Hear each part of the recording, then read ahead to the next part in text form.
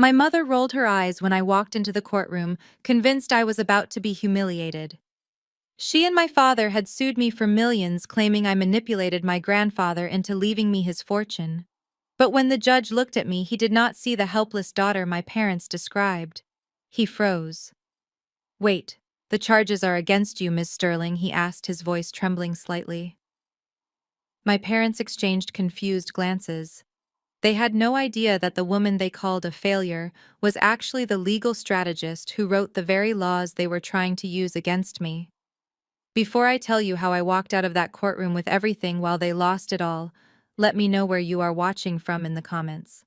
Hit like and subscribe if you have ever had to hide your success, just to survive your toxic family. I am Isis Sterling, 32 years old, and to my family I am a ghost, a mistake, someone to be hidden away. But as I stepped out of my economy Uber in front of the district court, the gray clouds overhead seemed to match the storm brewing inside me. I adjusted the collar of my thrift store blazer. It was purposeful. I had plenty of designer suits hanging in my climate-controlled closet in my penthouse downtown, but today I needed to play the part. I needed them to underestimate me one last time. Just as I closed the car door, a glossy black Range Rover screeched to a halt right beside me. It was so close the side mirror nearly clipped my arm. I did not flinch. I knew exactly who it was. The window rolled down, and the smell of expensive perfume mixed with the damp air. My brother Tyson stepped out first, looking sharp in a suit that I knew cost more than his car payment. Then came my parents, Lawrence and Patricia, attempting to look like grieving royalty. And finally Courtney, my sister-in-law. Courtney stepped out of the back seat, her heels clicking loudly on the pavement. She saw me standing there near a large puddle of dirty rainwater that had gathered in the gutter. She did not walk around me. She did not ask me to move. Instead, she stomped her foot down hard, right into the center of the puddle. Dark brown sludge exploded upward, splashing all over the left side of my trousers and soaking into the fabric of my shoes. The cold water seeped through to my skin instantly. "Oops," Courtney said, but her voice held zero apology. She covered her mouth with a manicured hand, feigning shock. "Sorry, Isis, I did not see you standing there. You blend into the background so easily. But honestly, that suit is so cheap a little mud might actually improve the texture. Besides, where you are going, you will be wearing an orange jumpsuit soon enough, so it does not really matter, does it?" My mother Patricia walked up behind her. She did not ask if I was okay. She did not offer a tissue. She looked at my stained clothes with a familiar expression of disgust, the same look she used to give me when I brought home report cards with straight A's instead of becoming a cheerleader like she wanted. "Look at you." My mother sighed, shaking her head. "You are a mess, Isis. Just do us all a favor and plead guilty. Don't drag this out. Don't make us testify about how you took advantage of your grandfather's dementia. We are willing to be lenient if you just sign the assets over to Tyson and Courtney today. We might even give you enough money to buy a bus ticket out of town." I stood there feeling the cold mud dry on my leg. I looked at Courtney, who was smirking at her husband, expecting him to laugh. Tyson chuckled nervously, checking his phone. I looked at my father, who was busy adjusting his tie, refusing to make eye contact with me. They thought I was silent because I was defeated. They thought I was taking the insult because I had no power. They were wrong. I was silent because I was checking the license plate of the Range Rover they arrived in. I had memorized the fleet numbers of every rental agency in the city. "Take a good look at that car, Courtney," I thought to myself. "Enjoy the leather seats and the heated steering wheel. Because according to the rental agreement I accessed this morning, that vehicle is due back to Hertz in exactly 15 minutes. You put down the deposit with a credit card that is already over its limit." I didn't say a word. I just reached into my bag, pulled out a packet of tissues, and wiped the worst of the mud from my shoe. "See you inside," I said calmly. My voice was steady. It unnerved them. They expected tears. They expected begging. Courtney scoffed and linked arms with my mother. "Let us go, Patricia," she said loud enough for the gathering crowd to hear. "We do not want to be seen with the help." As they walked up the marble steps of the courthouse laughing and taking selfies, I felt a sense of déjà vu. The cold dampness on my leg took me back immediately to last week. To the day everything finally broke. To the funeral. 7 days ago, the air was just as cold. The heavy oak doors of the First Baptist Church were thrown open, and the sound of the organ spilled out into the street. It was the funeral of Cyrus Sterling, my grandfather, a titan of real estate, a man who built an empire from nothing. To the world, he was a businessman. To me, he was the only person in this family who ever remembered my birthday. I had arrived early, wanting to have a moment of peace with him before the circus arrived. I walked down the center aisle towards the front.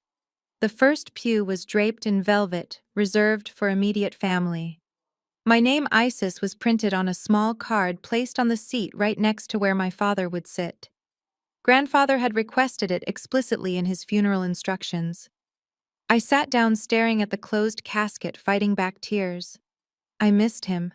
I missed his gravelly voice telling me that I was the smartest shark in the ocean even if I swam in silence. Suddenly I felt a sharp grip on my upper arm. It was not a comforting touch, it was a claw. I looked up to see my mother Patricia looming over me.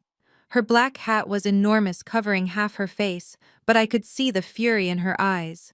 "Get up," she hissed. "Excuse me?" I whispered, confused. I said, "Get up, Isis." My mother repeated louder this time. "This row is for the grieving family. This is for the legacy. People are going to be taking photos today. The mayor is coming. We need to present a united, successful front. I am family." I said, my voice trembling. "I am his granddaughter." "You are a distraction," she snapped. "Look at you, no makeup, hair in a simple bun, wearing a dress that looks like a sack. You do not fit the image, Isis. Courtney and Tyson need to sit here.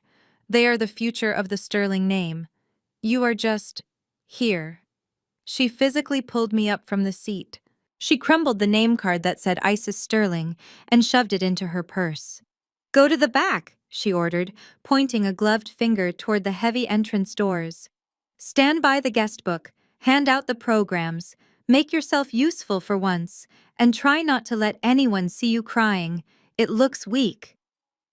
I looked at my father, hoping he would intervene, hoping he would say, "Patricia, stop, she is our daughter." But Lawrence Sterling just looked through me as if I were made of glass. "Listen to your mother, Isis," he muttered. "Courtney needs the seat. She is grieving very hard." Courtney, who had met my grandfather exactly 3 times in her life, was currently checking her makeup in a compact mirror, waiting for me to move. "Fine," I said softly. I walked all the way to the back of the church. I stood in the drafty vestibule holding a stack of glossy programs that featured a photo of my grandfather, a photo I had taken of him laughing at a barbecue 3 years ago. From the back I watched them. I watched my parents accept condolences from the city council members, acting as if they were heartbroken. I watched Tyson and Courtney sit in the front row holding hands, pretending to wipe away tears whenever a camera flashed. They looked perfect. They looked like the grieving heirs to a fortune. But they did not know who was watching. Standing in the shadows near a marble pillar was a tall, elderly man in a gray suit. He wasn't crying. He wasn't taking photos. He was watching my mother forcefully remove me from the front row. He watched me stand by the door with my head held high, doing my duty despite the humiliation. He shook his head slowly, pulled a small leather notebook from his pocket, and wrote something down. That man was Judge Halloway, the executor of my grandfather's estate, and he was the man who would be presiding over the courtroom today. My family thought they had put me in my place at the back of the church. They didn't realize that by sending me to the back, they had given the most powerful witness in the room a front row seat to their cruelty. Back in the present, the courtroom doors opened. My mother turned back to look at me one last time, her eyes rolling in that familiar way. "Ready to lose everything, darling," she sneered. I smiled. It was the first time I had smiled all day. "Yes, Mother," I said. "I am ready for everyone to get exactly what they deserve." I walked through the metal detectors, the mud on my shoe drying into a crust. The bailiff nodded at me. I walked past the gallery where my parents were high-fiving their expensive lawyer. I walked past the defense table. And I kept walking. "Hey, you cannot go back there," the lawyer barked. "The defendant sits here." I ignored him. I walked straight to the stack of files sitting on the prosecution's desk. The files that contained the countersuit I had filed this morning under a sealed motion. My mother laughed. Oh God, she is confused. She thinks she is the lawyer. Someone help her before she embarrasses us further. Then the gavel banged. All rise. Judge Holloway entered. He looked tired. He adjusted his glasses and looked down at the docket. Then he looked at the defense table where my parents sat smug and confident. Then he looked at the empty defendant's chair. Finally, his eyes drifted to where I was standing. He stopped. He took off his glasses. He wiped them and put them back on. "Ms. Sterling," he said, his voice echoing in the silent room. My mother stood up. "Yes, Your Honor, we are here. We apologize for our daughter. She is a bit unstable. She seems to be wandering around the courtroom." The judge ignored her. He was looking only at me. "Isis," he said, using my first name with a tone of respect that made my father sit up straight. "I did not expect to see you here. I thought you were in Washington advising on the Amazon merger." I smoothed my cheap blazer. "I took a personal day, Your Honor," I replied, my voice projecting clearly without a microphone. "I had some family business to attend to." The judge looked at the lawsuit in front of him. Then he looked at my parents, whose smiles were starting to falter. "Wait," he said, flipping the page. "These people, they are suing you. They are suing the author of the Modern Inheritance Act for not understanding a will." My mother froze. Her mouth opened, but no sound came out. Courtney dropped her designer purse on the floor. I turned to face them. The roll of the eyes was gone, replaced by the terrifying realization that they had walked into a lion's den thinking they were hunting a mouse. "Let's begin," I said. The mahogany conference table in the law offices of Holloway and Associates was long enough to land a small plane on. It was polished to a mirror finish, reflecting the ornate crystal chandelier hanging above.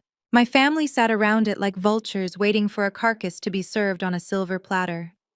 I sat in the far corner on a folding chair that I had pulled out from against the wall because nobody had bothered to leave a seat for me at the main table. From my vantage point, I watched them. They looked like a picture from a magazine titled Delusion. My mother, Patricia, was adjusting the enormous diamond brooch on her lapel, a piece of jewelry I knew for a fact was a high-quality replica because she had pawned the real one 3 months ago to pay the country club dues. My father, Lawrence, was leaning back in the plush leather executive chair, looking at the ceiling with a smug expression, as if he had already spent the money he did not yet have. And then there were the lovebirds. My brother, Tyson, and his wife, Courtney. Tyson was scrolling through his iPad, showing Courtney photos of yachts. His voice was too loud for the solemn environment echoing off the wood-paneled walls. "Look at this one, babe," he said, tapping the screen aggressively. "The Sunseeker, 116. It has a jacuzzi on the flybridge and 5 staterooms. We could dock it in Miami for the winter and bring it up to the vineyard for the summer. What do you think?" Courtney wrinkled her nose, pushing a strand of her blonde hair behind her ear. She glanced at the price tag listed on the screen. $12 million. "That is decent," she said with a shrug that made my blood boil. "But Tyson, do we really want something used? I mean, think about who might have slept in those staterooms." "Gross. Maybe we should commission a custom build. Once the money hits the account, we can put down a deposit for something Italian. Maybe a Benetti." Tyson nodded vigorously, as if she had just solved a complex physics equation. "You are right, babe. Custom is better. We deserve custom. Grandfather would have wanted us to have the best right." I almost laughed out loud. Grandfather drove a 10-year-old Ford truck until the day he died. He hated boats. He called them holes in the water you throw money into. But I stayed silent, digging my fingernails into my palms. My father chimed in, his voice dripping with arrogance. Don't forget the Hamptons property, Tyson. Your mother and I have already spoken to a realtor about that estate on Meadow Lane, the one with the 9-car garage. We need a place big enough to host the senator next month. It is important for the family image. Of course, Dad, Tyson replied. We will buy the whole block if we have to. The Sterling name is about to own the East Coast. They carried on like this for 20 minutes, spending millions of imaginary dollars, designing imaginary lives. They did not mention my grandfather once. Not a single memory. Not a single word of sadness about the man who had built the empire they were so eager to cannibalize. Suddenly, my mother turned in her chair. She snapped her fingers. The sound was sharp like a whip crack in the room. Isis, she called out, not even looking at me directly. Yes, Mother, I replied, keeping my voice neutral. My throat is parched, she said, waving her hand toward the sideboard, where a silver pitcher of water and a coffee service had been set up.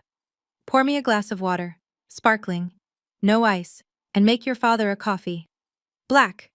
2 sugars. Hurry up. We don't have all day. I paused. There was a paralegal standing right outside the door who would have happily served them. But this wasn't about thirst. This was about hierarchy. This was about reminding me that in their world, I was the help.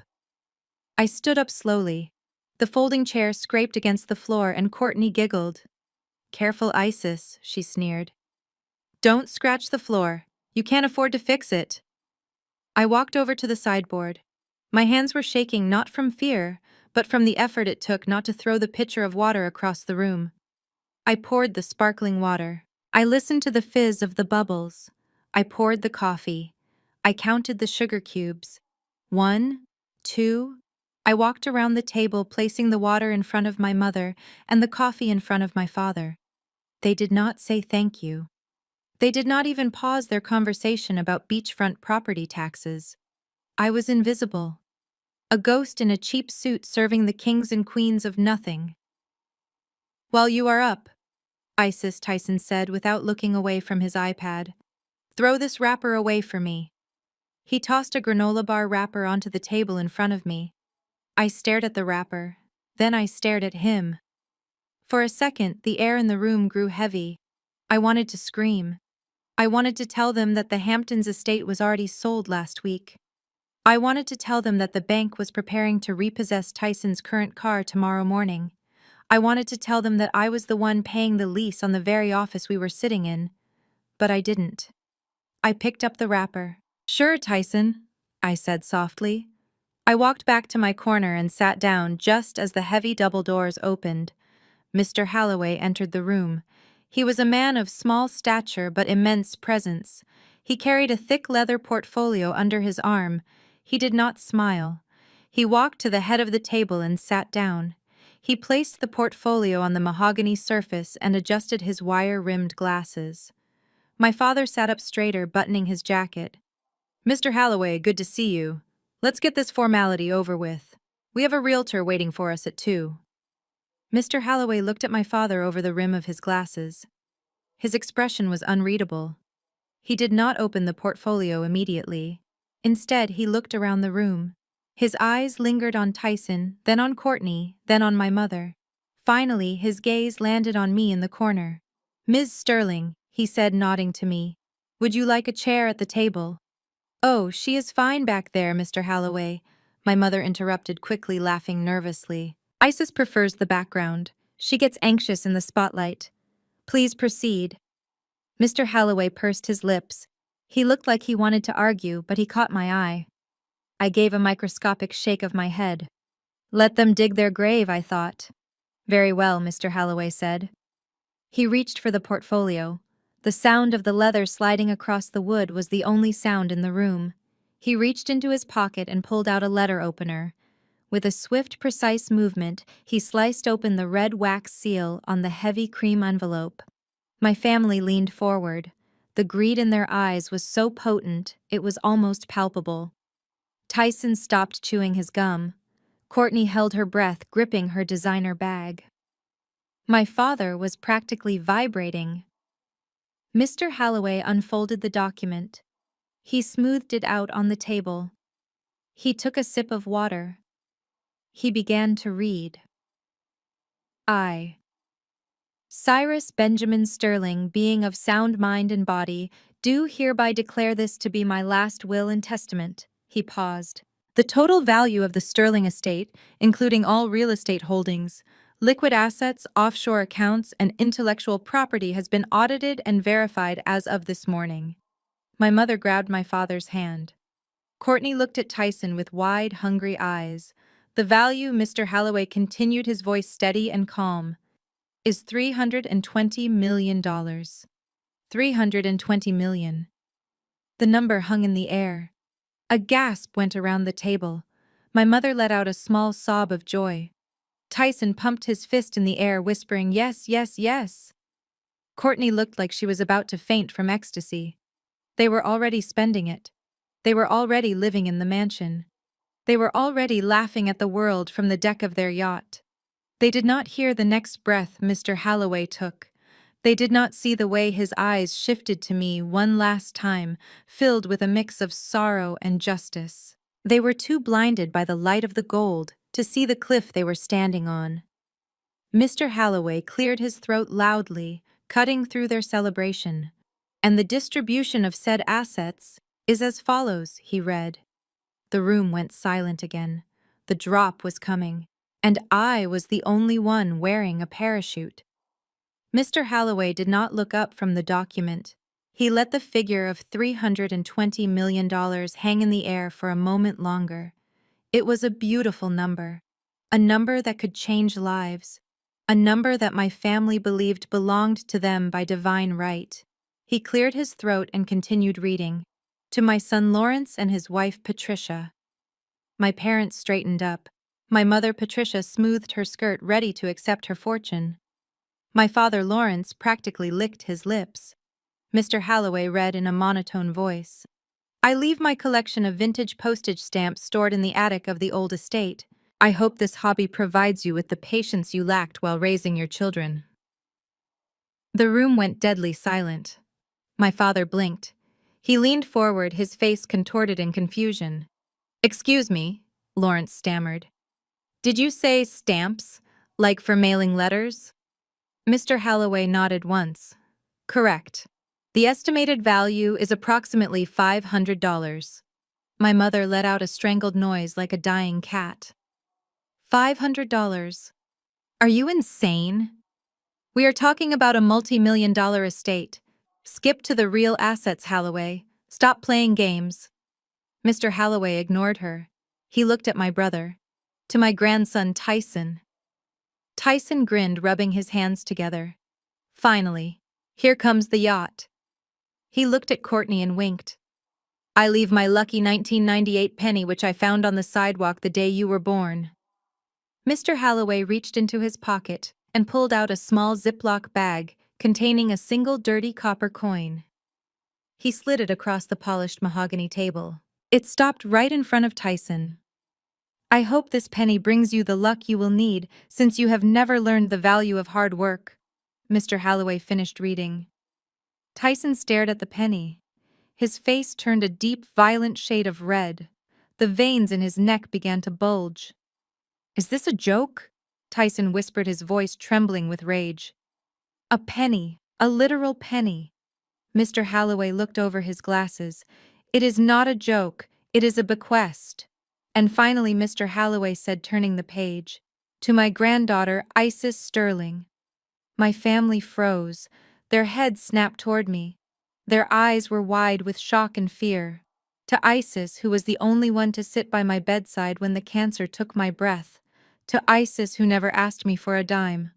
To Isis, who understood that legacy is built, not bought. Mr. Halloway looked me dead in the eye and smiled a genuine warm smile. "I leave the remainder of my estate. This includes the entirety of the Sterling Real Estate Group, all liquid cash assets, the securities portfolio, and all physical properties, including the Hamptons estate, the Manhattan penthouse, and the building we are currently sitting in. Total value approximately $320 million. For 3 seconds there was absolute silence. It was the silence of a bomb that had landed but had not yet detonated. Then the world exploded. No, my mother screamed. It was a primal, animalistic sound. She moved faster than I had ever seen her move in my life. She launched herself out of her chair, knocking it backward onto the floor. She lunged across the corner of the table. Before I could react, her hand connected with my face. The sound of the slap echoed through the room like a gunshot. It was sharp and stinging.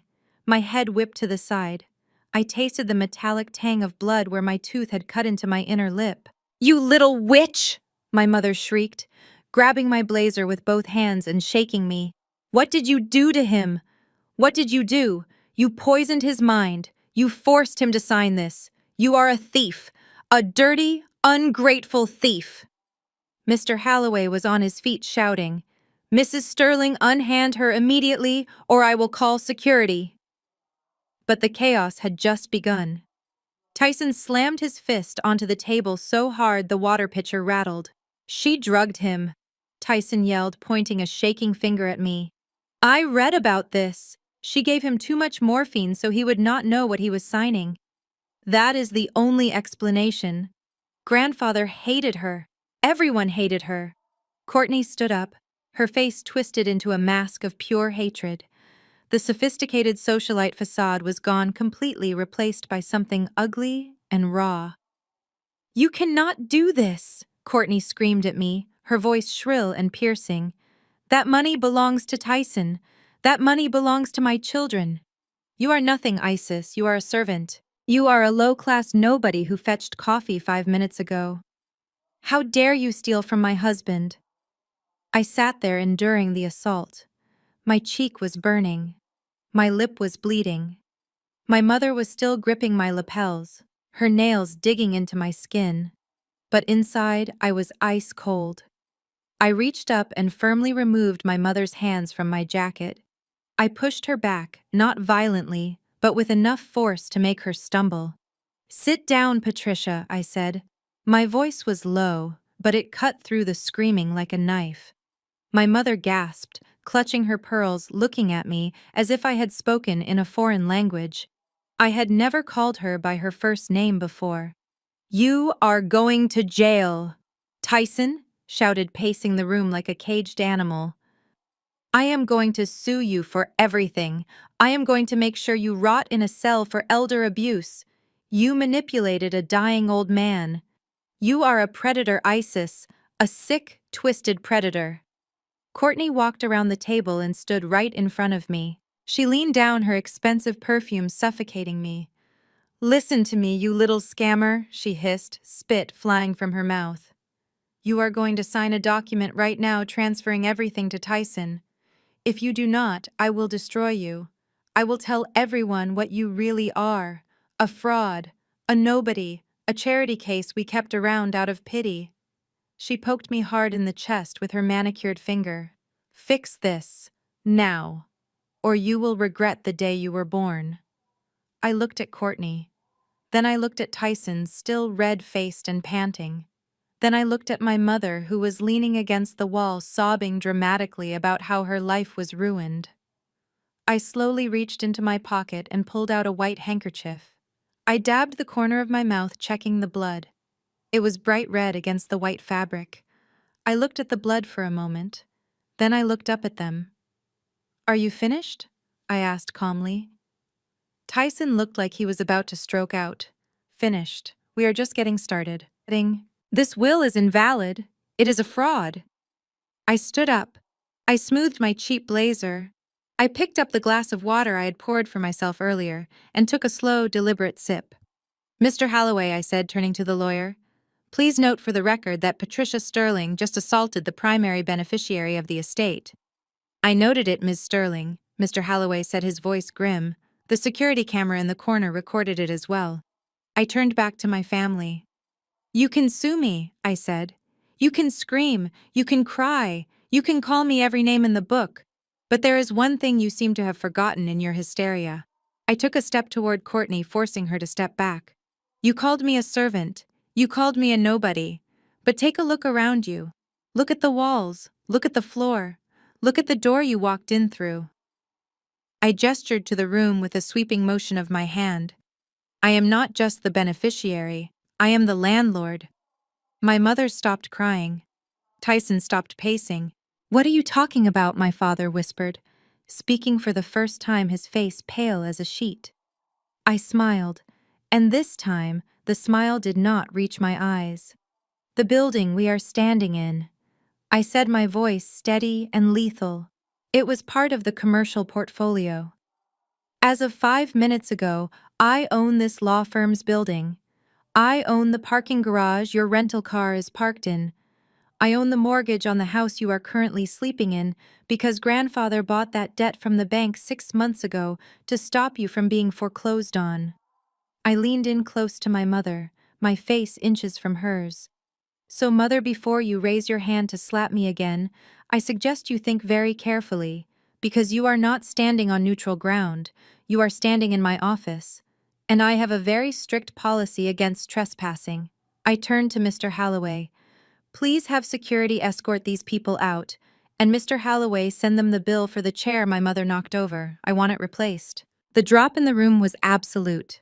The power had shifted, and for the first time in their lives, they were looking at me and seeing the one thing they feared most. The boss. The process server pounded on the door of my apartment at 6 in the morning. He did not knock. He hammered his fist against the wood like he was trying to break it down. I wrapped my silk robe tighter around myself and opened the door just a crack. A heavy man with a bored expression shoved a thick stack of papers into my chest. "You have been served," he grunted and walked away without looking back. I closed the door and locked it. My hands were trembling slightly, not from fear, but from the sheer audacity of what I held. I walked to my kitchen island and dropped the stack onto the marble counter with a heavy thud. The cover page stared up at me in bold black letters. Superior Court of Fulton County. Plaintiffs Lawrence and Patricia Sterling. Defendant Isis Sterling. I flipped the page and read the charges. Count 1, undue influence. Count 2, fraud. Count 3, elder abuse. I stopped reading. Elder abuse. The words felt like a physical blow. I was the one who moved into grandfather's guest room when his legs started to fail. I was the one who learned how to administer his medication because my mother said needles made her queasy. I was the one who sat up with him through the nights when the pain was so bad he could not sleep, reading him his favorite mystery novels until he finally drifted off. And now the people who had visited him a total of 4 times in 2 years were accusing me of abusing him. My phone buzzed on the counter. Then it buzzed again, and again. Within seconds, it was vibrating continuously, dancing across the marble surface like a possessed object. I picked it up. My notifications were exploding. Instagram, Twitter, Facebook, hundreds of tags, thousands of comments. I opened Instagram and saw why. At the top of my feed was a live video from Courtney. She was sitting in what looked like her living room, but I knew she had set up a ring light to make her tears glisten perfectly for the camera. She was wearing no makeup, which was a calculated move to look vulnerable. "Hey guys," she whispered into the camera, wiping away a fake tear. "I did not want to come on here today. I usually keep my family life private, but I cannot stay silent anymore. We are living through a nightmare." I watched in horror as the viewer count climbed. 5,000, 10,000, 15,000. "My husband's grandfather passed away last week," she continued, her voice breaking theatrically. "We loved him so much. But we found out today that he was being controlled." She paused to let the chat fill with sympathetic emojis. "His caretaker," she said, refusing to use my name. "She isolated him. She changed the locks. We tried to visit. We brought food. We brought gifts. But she would not let us in. She told us he was sleeping or that he did not want to see us. We found out later that she was starving him to make him weak so he would sign over his assets to her." "Liar," I whispered to the empty room. The comments rolled in faster than I could read them. "What a monster. I hope she rots in jail. Post her picture, let's find her. Justice for Grandpa." Courtney leaned closer to the camera. "We are taking legal action," she said. "But the legal system is slow. We just want justice. We want to make sure she cannot hurt anyone else. If you see Isis Sterling, please tell her to do the right thing. Tell her to stop stealing from a grieving family." She ended the video. My stomach turned. She had weaponized her following. She had turned the court of public opinion against me before I even had a chance to speak. I opened my direct messages. They were filled with venom. Strangers telling me I should die. People from high school I hadn't spoken to in 10 years asking if it was true. Even a few of my colleagues from the legal association had sent tentative messages asking what was going on. My mother had shared Courtney's video with the caption, "A mother's heart breaks when she realizes she raised a monster. Pray for us." I felt a wave of nausea. This was their strategy. They knew they had no evidence. They knew the medical records would prove grandfather was well fed and cared for. They knew the security logs would show they never tried to visit. But they didn't care about the truth. They wanted to break me. They wanted to humiliate me so badly that I would settle just to make it stop. They wanted me to panic. They wanted me to call them begging for mercy. My phone buzzed again. This time it was a text message from Tyson. I opened it. It was a picture of the lawsuit cover page followed by a message. "Game over, sis. The whole city hates you. We have witnesses lined up who will say whatever we want. Courtney knows people at the local news station. By tomorrow, your face will be on every TV screen in Atlanta labeled as an abuser. Give us the money, sign the settlement, or we will make sure you never walk down the street safely again." I stared at the message. I stared at the threat. For a moment, I felt small. I felt like the little girl who was made to eat in the kitchen while the adults ate in the dining room. I felt the weight of their combined hatred pressing down on me. But then I looked over at the bookshelf in my living room, at the framed photo of me and grandfather fishing on the lake. He was laughing, his head thrown back, his eyes crinkled with joy. He had told me once, "Isis, they will try to bury you because they fear your light. When they do, remember that you are a seed, not a corpse." I took a deep breath. The nausea faded. The shaking in my hands stopped. They had made a critical error. They assumed I was reacting emotionally. They assumed I cared what strangers thought of me. They assumed I was playing by the rules of a family spat. But I wasn't. I was playing a game of high-stakes chess, and they had just moved their queen into a trap. Courtney's video was defamation per se. My mother's post was libel. Tyson's text message was extortion. I picked up the thick stack of legal papers. I walked over to the corner of my office where my heavy-duty industrial shredder sat. I did not shred the lawsuit. I needed that. Instead, I printed out a screenshot of Tyson's text message. I printed out a transcript of Courtney's video.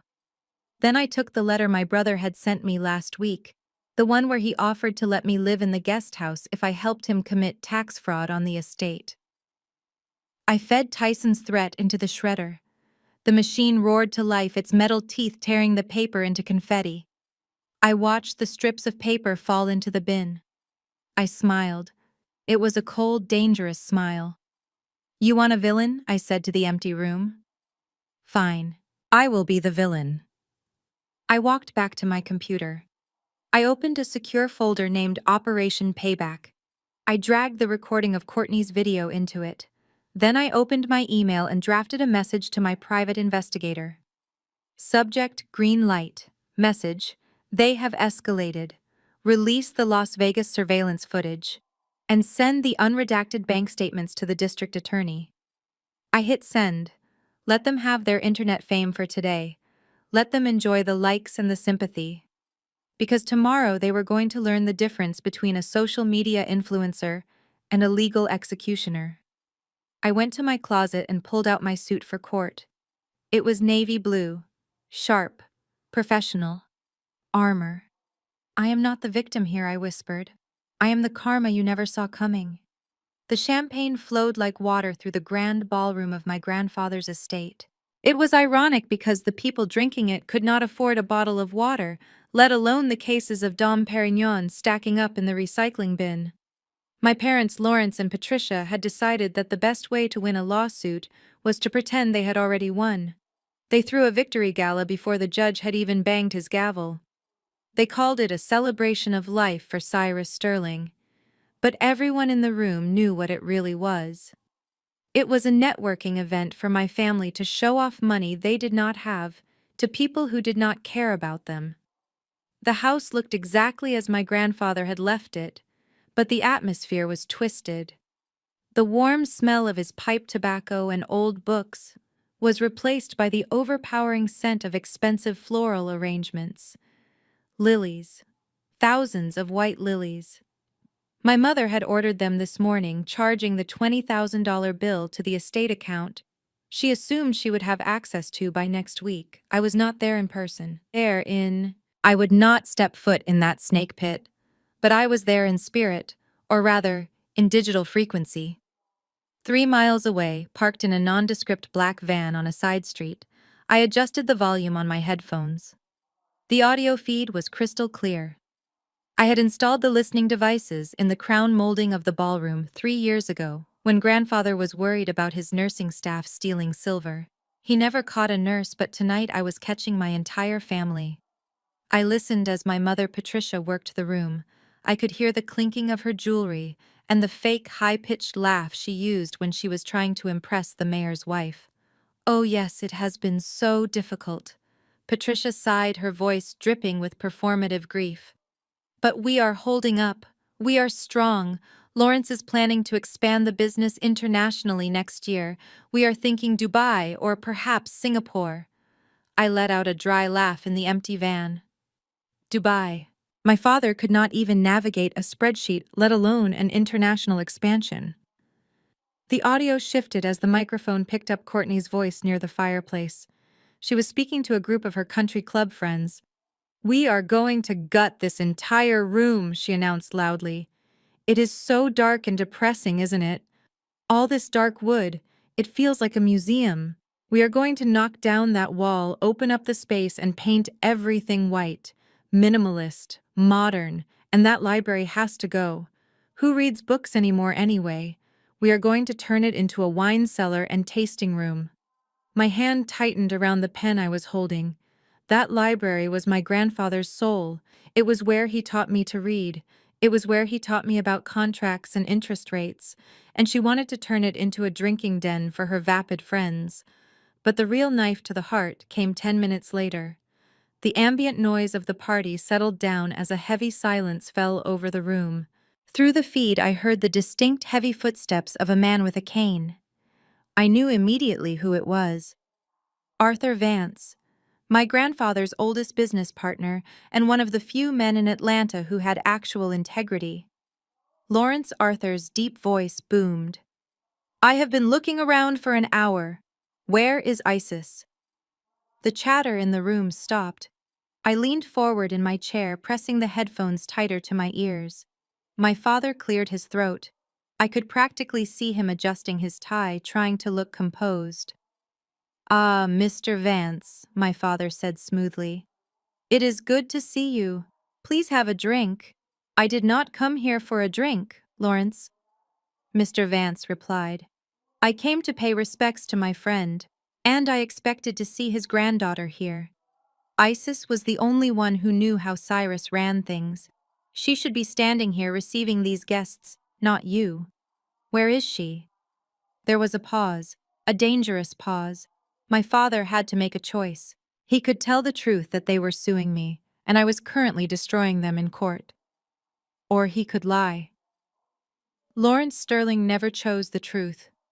"It is a difficult situation, Arthur," my father said, lowering his voice to a theatrical whisper that was designed to be heard by everyone nearby. "We did not want to make a public announcement, but since you asked, Isis is not well." "What do you mean, not well?" Mr. Vance asked. "She has been struggling for years," Lawrence lied. "Mental health issues and substance abuse. We tried to keep it private to protect her dignity. But after Cyrus died, she spiraled. She became violent, paranoid. She started making wild accusations claiming the will was fake, attacking her mother. A collective gasp went through the room. We had no choice but to intervene. My mother. Patricia chimed in, her voice trembling perfectly. We sent her to a facility in Arizona, a very exclusive rehabilitation center. We are paying for everything, of course. We just want our little girl to get clean. That is why she is not here tonight. She is in detox. My heart hammered against my ribs. I stared at the console in front of me. The recording light was blinking steady and red. Is that so? Mr. Vance asked slowly. I spoke to Isis last week. She seemed perfectly fine to me, sharp as a tack. That is the thing about addicts, Arthur, my father said quickly. They are master manipulators. They can hide it so well. But we found the pills in her apartment. We found the empty bottles. It broke my heart, Arthur. It truly did. That is why we are contesting the will, you know. We cannot let a drug addict control the Sterling empire. She would sell it all for her next fix in a week. We are doing this to save her from herself. The crowd murmured in agreement. Poor Lawrence. Poor Patricia. Such good parents, dealing with a junkie daughter while grieving their father. They are saints. I slowly took off the headphones. The silence in the van was sudden and heavy. They had not just stolen my money. They were stealing my reputation. They were painting me as unstable and dangerous to ensure that even if I won the money, no one in this town would do business with me. They were scorching the earth so I would have nowhere to stand. I looked at the digital file on my screen. Recording saved. My father thought he was saving his reputation. He thought he was being clever. But he had just admitted to slander in front of 50 witnesses and a high-fidelity microphone. He had just given me the ammunition to not only win the lawsuit, but to file a separate defamation claim that would bankrupt him personally. I reached for my phone. I dialed the number for the rehab center in Arizona, the one they claimed I was currently checking into. Hello, this is Serenity Springs. How can I help you? A receptionist answered. Hi, I said, my voice calm and professional. My name is Isis Sterling. I am calling to confirm that I am currently a patient in your facility. There was a confused pause. Excuse me, ma'am. If you are calling me, then you are obviously not a patient here. Exactly, I said. I need you to pull your admission records for the last month. Do you have an Isis Sterling in your system? I heard typing. No, ma'am. We have never had a patient by that name. Excellent, I said. I am going to need an affidavit stating exactly that, signed by your director and notarized by tomorrow morning. My lawyer will send over the paperwork in 5 minutes. I hung up. Then I dialed my lawyer. Add a new count to the lawsuit, I said. Defamation of character and intentional infliction of emotional distress. And bring the van around to the front of the estate. Why are we going in, Isis? My lawyer asked. Because I said, checking my reflection in the rearview mirror. My father just told everyone I am in Arizona. I think it is time for a miraculous recovery. I started the engine. The headlights cut through the darkness. They were drinking my champagne. They were laughing at my expense. But the party was about to have a surprise guest. And unlike them, I wasn't coming to drink. I was coming to spill. The fluorescent lights of the Midtown law firm hummed with a low, irritating buzz that seemed to drill directly into my temples. I sat at my small gray cubicle, the one positioned right next to the bathroom door, so I could hear every flush and every hand dryer activation. To the world, and especially to my family, this cubicle was my entire life. It was the symbol of my mediocrity. The place where Isis Sterling, the family disappointment, filed papers for $18 an hour, while her brilliant brother bought yachts. But today, the office felt different. The air was thick with whispers. I saw the receptionist glancing at me over her monitor, then quickly looking away when our eyes met. I saw the junior associates huddled by the water cooler, stopping their conversation abruptly as I walked by to refill my mug. They knew. My phone on the desk did not ring. It sat there silent and ominous. But I knew exactly what was happening behind the frosted glass doors of the managing partner's office. I knew because 10 minutes ago, I had received a notification on my private encrypted server. A call had come in to the firm's main line from a number registered to Courtney Sterling. My dear sister-in-law had not wasted a single second. I imagined her voice on the other end of the line, shrill and entitled. I imagined her telling Mr. Henderson that his lowly paralegal was a predator who abused the elderly. I imagined her threatening to blast the firm on social media if they continued to employ a monster like me. She was trying to cut off my oxygen. She wanted me unemployed, desperate, and unable to afford legal counsel. She wanted to starve me out until I crawled back to them, begging for forgiveness and signing over the inheritance. The door to Mr. Henderson's office opened. "Isis," he called out. His voice was loud, too loud. It echoed through the quiet bullpen. "Can you come in here, please? Bring your things." The heads of every employee in the room snapped up. This was it, the public execution. I stood up slowly. I made sure my shoulders slumped. I let a look of panic wash over my face. I grabbed my purse, clutching it to my chest like a shield. "Yes, Mr. Henderson," I said, my voice trembling just enough to be convincing. I walked the long walk to his office, feeling the eyes of my coworkers burning into my back. I knew at least one of them was texting Courtney right now, giving her the play-by-play. I stepped into the office and Mr. Henderson closed the door. The moment the latch clicked, the dynamic in the room shifted instantly. "Mr. Henderson," a man in his 60s with a receding hairline and a nervous tic in his left eye, let out a long exhale.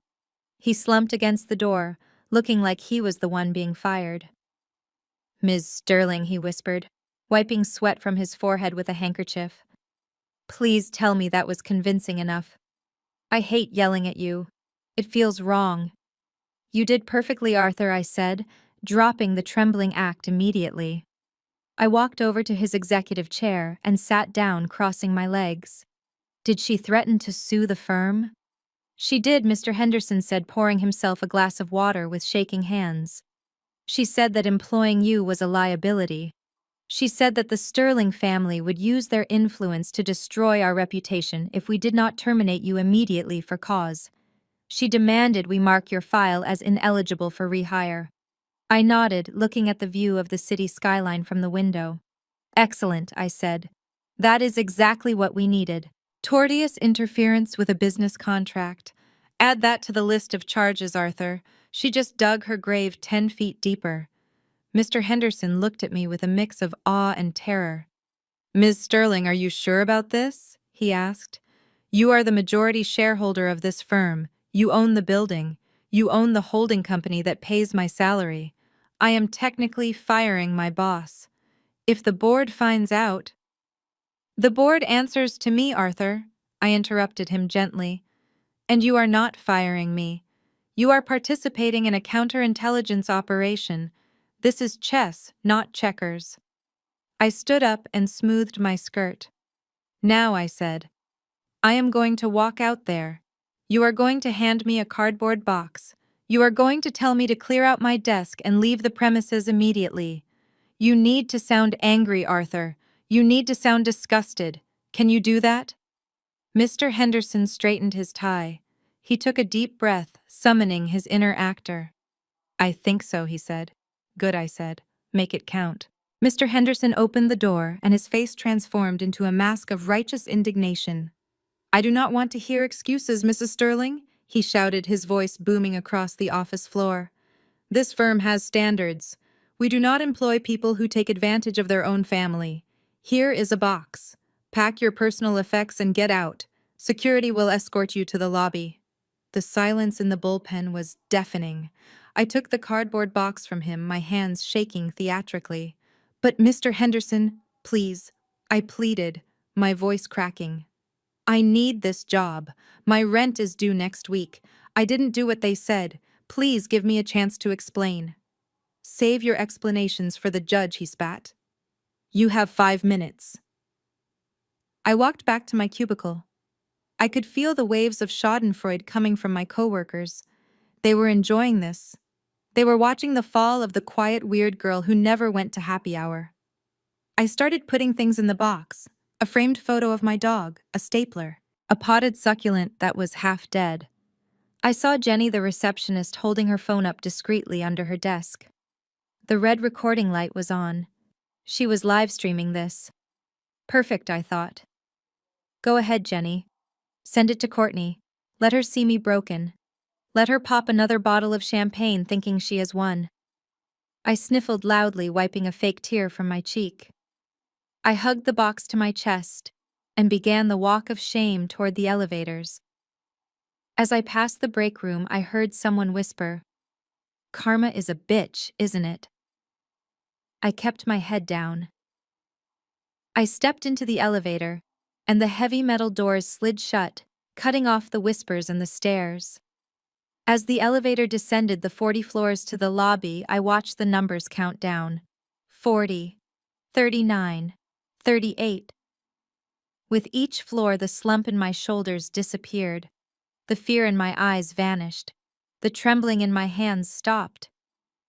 By the time the doors opened on the ground floor, I was no longer the fired paralegal. I was Isis Sterling. I walked out of the building and into the bright sunlight of the bustling street. I walked over to the nearest trash can and dumped the entire contents of the cardboard box into it. The stapler clattered against the metal. The dead plant fell with a soft thud. I didn't need a stapler.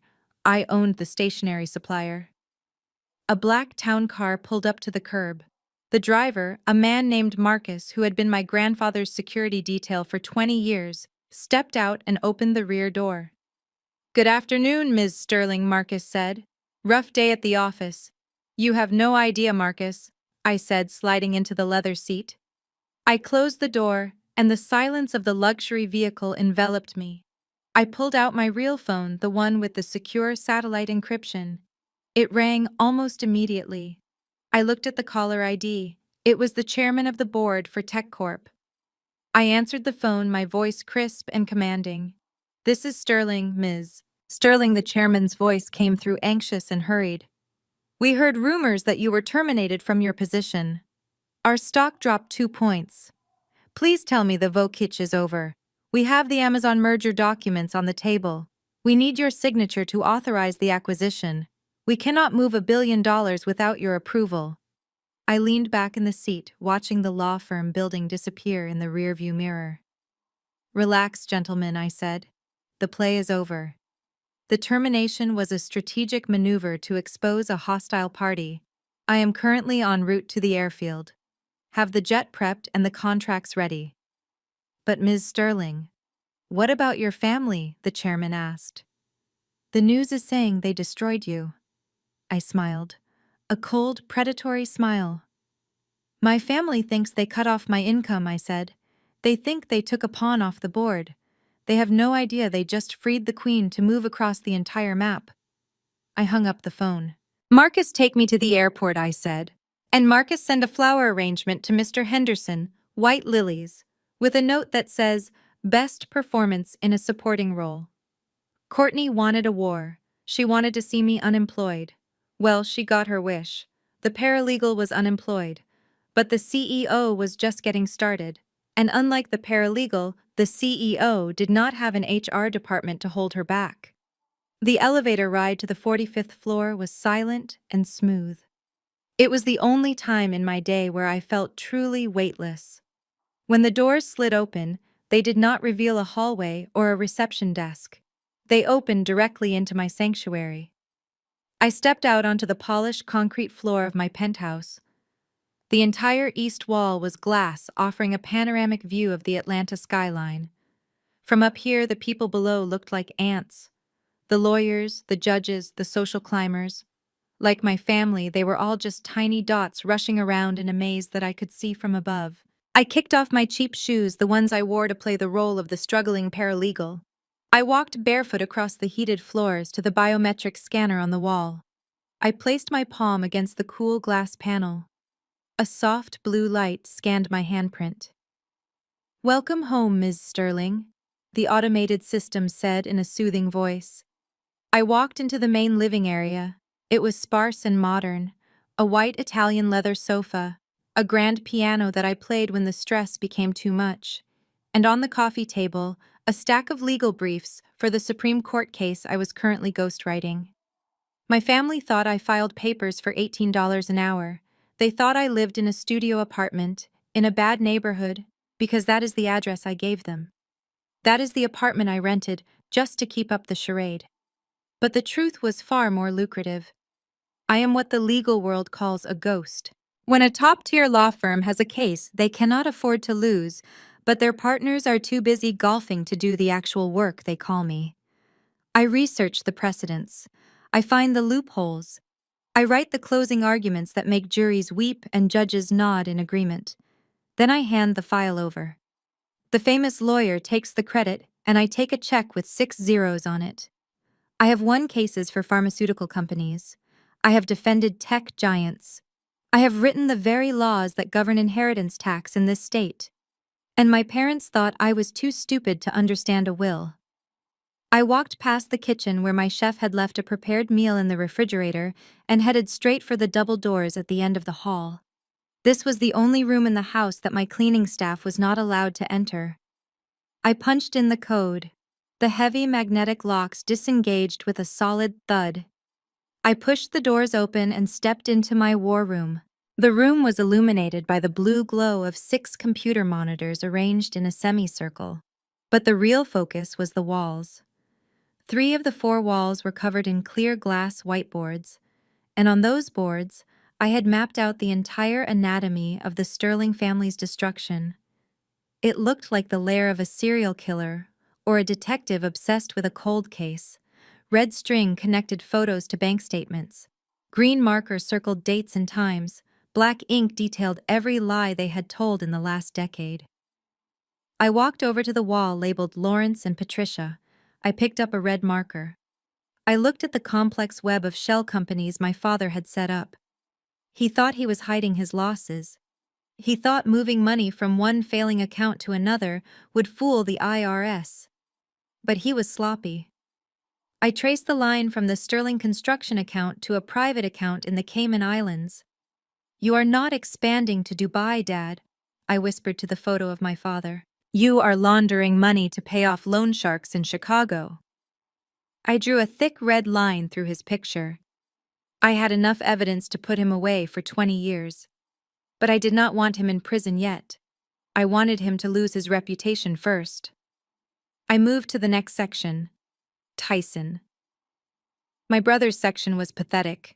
It was mostly just credit card debt and bad crypto investments. He was not a criminal mastermind. He was just a fool with a gambling problem and a wife who demanded a lifestyle he could not afford.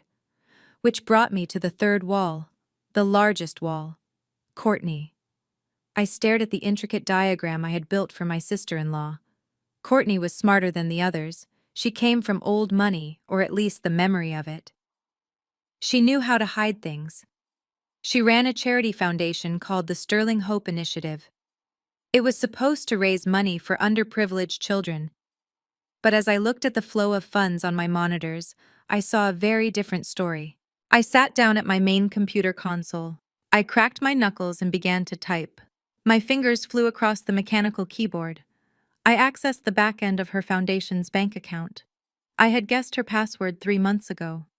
It was her own birthday. Predictable. I pulled up the transaction history for the last 6 months. I filtered the search results. I removed all the small, legitimate donations she made to keep up appearances. I wanted to see the big withdrawals, the ones categorized as administrative expenses or travel. There were dozens of them. $5,000 for a flight, $10,000 for a hotel. But then one transaction caught my eye. It was dated exactly 7 days ago, the date my grandfather died. While I was holding grandfather's hand as he took his last breath, Courtney was supposedly at a charity gala in Nevada. That was her alibi. That was why she wasn't at the hospital. She told the family she was accepting an award on behalf of the foundation. I pulled up the credit card statement linked to that withdrawal. It wasn't a hotel ballroom charge. It wasn't a catering charge. It was a direct withdrawal of $50,000. I traced the merchant ID. It was cryptic, just a series of numbers and letters. But I had software for that. I ran the code through my database. The screen processed for a few seconds, then it pinged. The merchant name appeared in bright green text. The Sapphire Palace Casino Las Vegas. High Limit Lounge. I leaned back in my chair. A cold smile spread across my face. She wasn't at a gala. She was at a casino, and she wasn't spending her own money. She was gambling with the money donated for sick children. But that wasn't even the best part.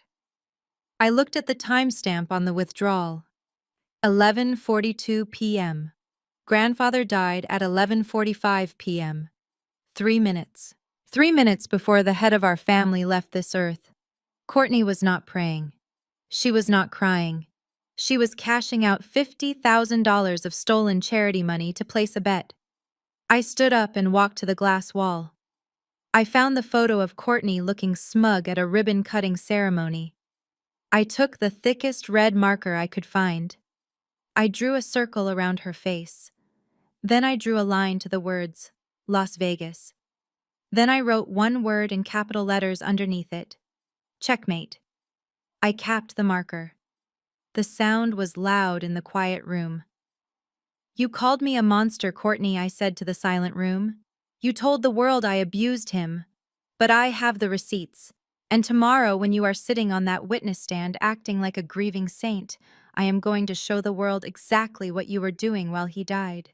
I turned off the lights in the war room, leaving only the glow of the monitors. The red lines on the walls looked like veins, the veins of a dying beast. I walked out and locked the door. I went to my bedroom and lay down on the silk sheets. I needed to sleep. I needed to be fresh. Because tomorrow I wasn't just going to court. I was going to perform surgery. And I was going to remove the cancer from the Sterling family once and for all.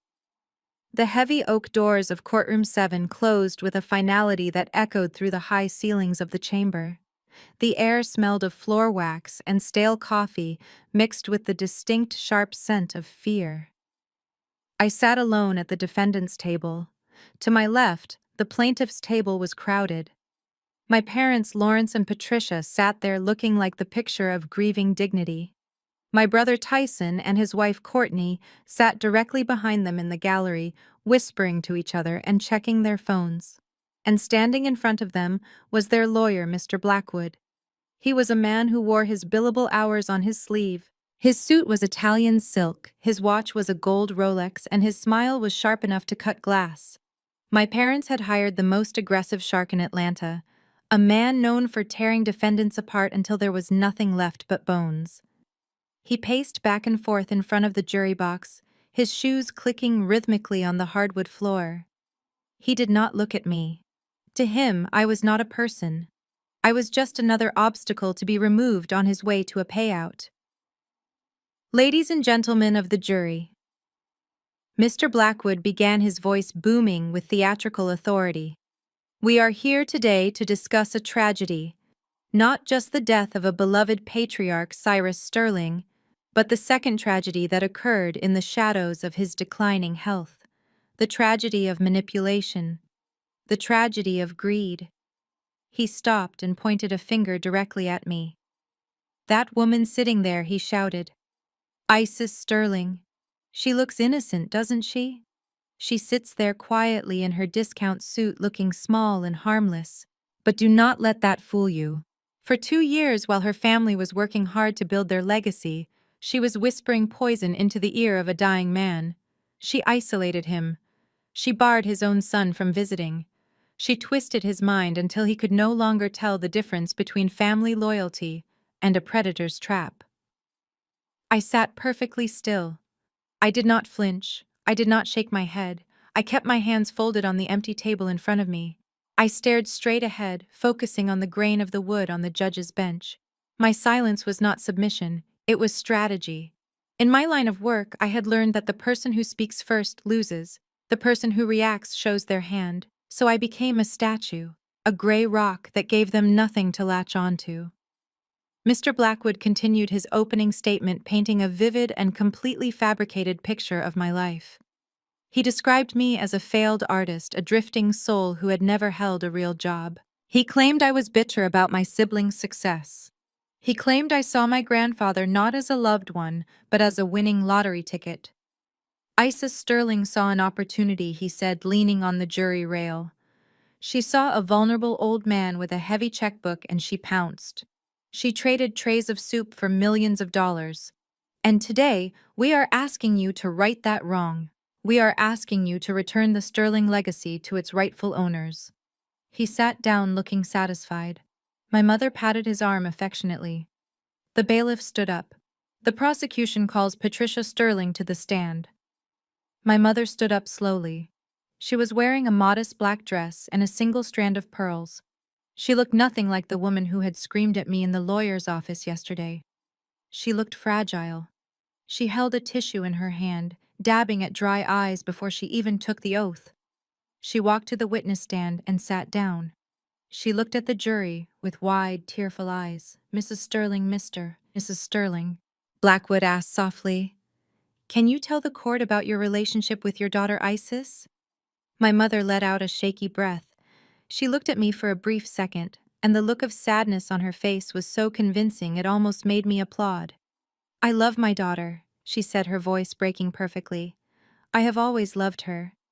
But Isis has always been difficult. Even as a child, she was distant. We tried to include her. We tried to give her the same opportunities as Tyson. But she rejected us. She rejected our help. She preferred to be alone." "And how did this affect her relationship with your father, Cyrus Sterling?" Mr. Blackwood asked. My mother wiped her nose with the tissue. "When my father got sick, we wanted to hire the best nurses. We wanted him to be comfortable. But Isis insisted on moving in. We thought she was trying to be helpful. We thought she finally wanted to be part of the family. But then, she stopped answering our calls." She paused, letting a tear roll down her cheek. "I went to the house every week," she sobbed. "I brought his favorite meals. I brought photos of the grandchildren. But Isis would meet me at the door. She would tell me he was sleeping. She would tell me he didn't want to see me. I begged her. I just wanted to hold my father's hand. But she slammed the door in my face. She stole those last moments from me. I listened to her lie. I felt the anger rising in my chest, hot and sharp. I remembered those visits. I remembered them vividly. She did come to the door, but she didn't bring meals. She brought documents. She brought power of attorney forms she wanted him to sign. She brought real estate agents to appraise the house while he was still living in it. And when I told her he was too weak to see her, she didn't beg. She screamed. She called him a stubborn old goat and told me to get out of her way. But the jury didn't know that. All they saw was a weeping mother and a cold, silent daughter. Mr. Blackwood handed her a glass of water. "Take your time, Mrs. Sterling." "Thank you," she whispered. "It hurts so much to say this. But I believe Isis realized that if we spent time with him, we would see that his mind was failing. She needed him isolated so she could convince him to change the will. She took advantage of his dementia. It is the only explanation for why a man who built an empire would leave everything to a girl who has never worked a day in her life." The jury turned to look at me. Their eyes were hard. They saw a monster. They saw a parasite. I remained frozen. I did not take notes. I did not whisper to a co-counsel. I just sat there alone at the wide wooden table, my silence filling the room like a heavy fog. Mr. Blackwood finished his questioning. "Thank you, Mrs. Sterling. Your witness." He gestured toward me, expecting a lawyer to stand up and cross-examine her. The judge looked at me. The opposing counsel looked at me. The entire room waited. I did not move. "Sterling," the judge said, "do you wish to cross-examine the witness?" I slowly turned my head. I looked at my mother. She was staring at me with a mix of triumph and contempt. She thought she had won. She thought her performance was Oscar-worthy. "No, Your Honor," I said, my voice calm and clear. "I have no questions for the witness at this time." A murmur went through the courtroom. Mr. Blackwood smirked. He thought I was incompetent. He thought I was overwhelmed. He thought I was giving up. My mother stepped down from the witness stand. As she walked past the defense table, she slowed down just enough so that only I could hear her. She leaned in slightly, her face hidden from the judge by the angle of her body. The sad, grieving mother mask slipped for a fraction of a second, revealing the cold predator underneath. She looked at my empty table. She looked at the notepad with no writing on it. "Look at you," she whispered, her voice dripping with venom. "You look pathetic sitting there all alone. Could you not even afford a public defender, Isis? You are going to lose everything, and I am going to laugh while I watch them evict you." She straightened up, dabbed her eye with the tissue again, and walked back to her seat next to my father, who squeezed her hand in support. I watched her go. I watched the performance conclude. They thought my lack of a lawyer was a sign of poverty. They thought my silence was a sign of weakness. They didn't realize that I didn't need a lawyer because I knew the law better than anyone in this room. They didn't realize that I wasn't cross-examining her yet because I was waiting for the trap to be fully set. I looked up at the bench. I saw Judge Holloway adjusting his glasses, peering down at the docket. He looked bored. He looked ready to wrap this up. But then he picked up the case file. He opened it to the first page. And for the first time since the trial began, he actually looked at the name printed on the defendant's line. The air in the room was about to change. My mother's smirk was about to become the last happy expression she would wear for a very long time.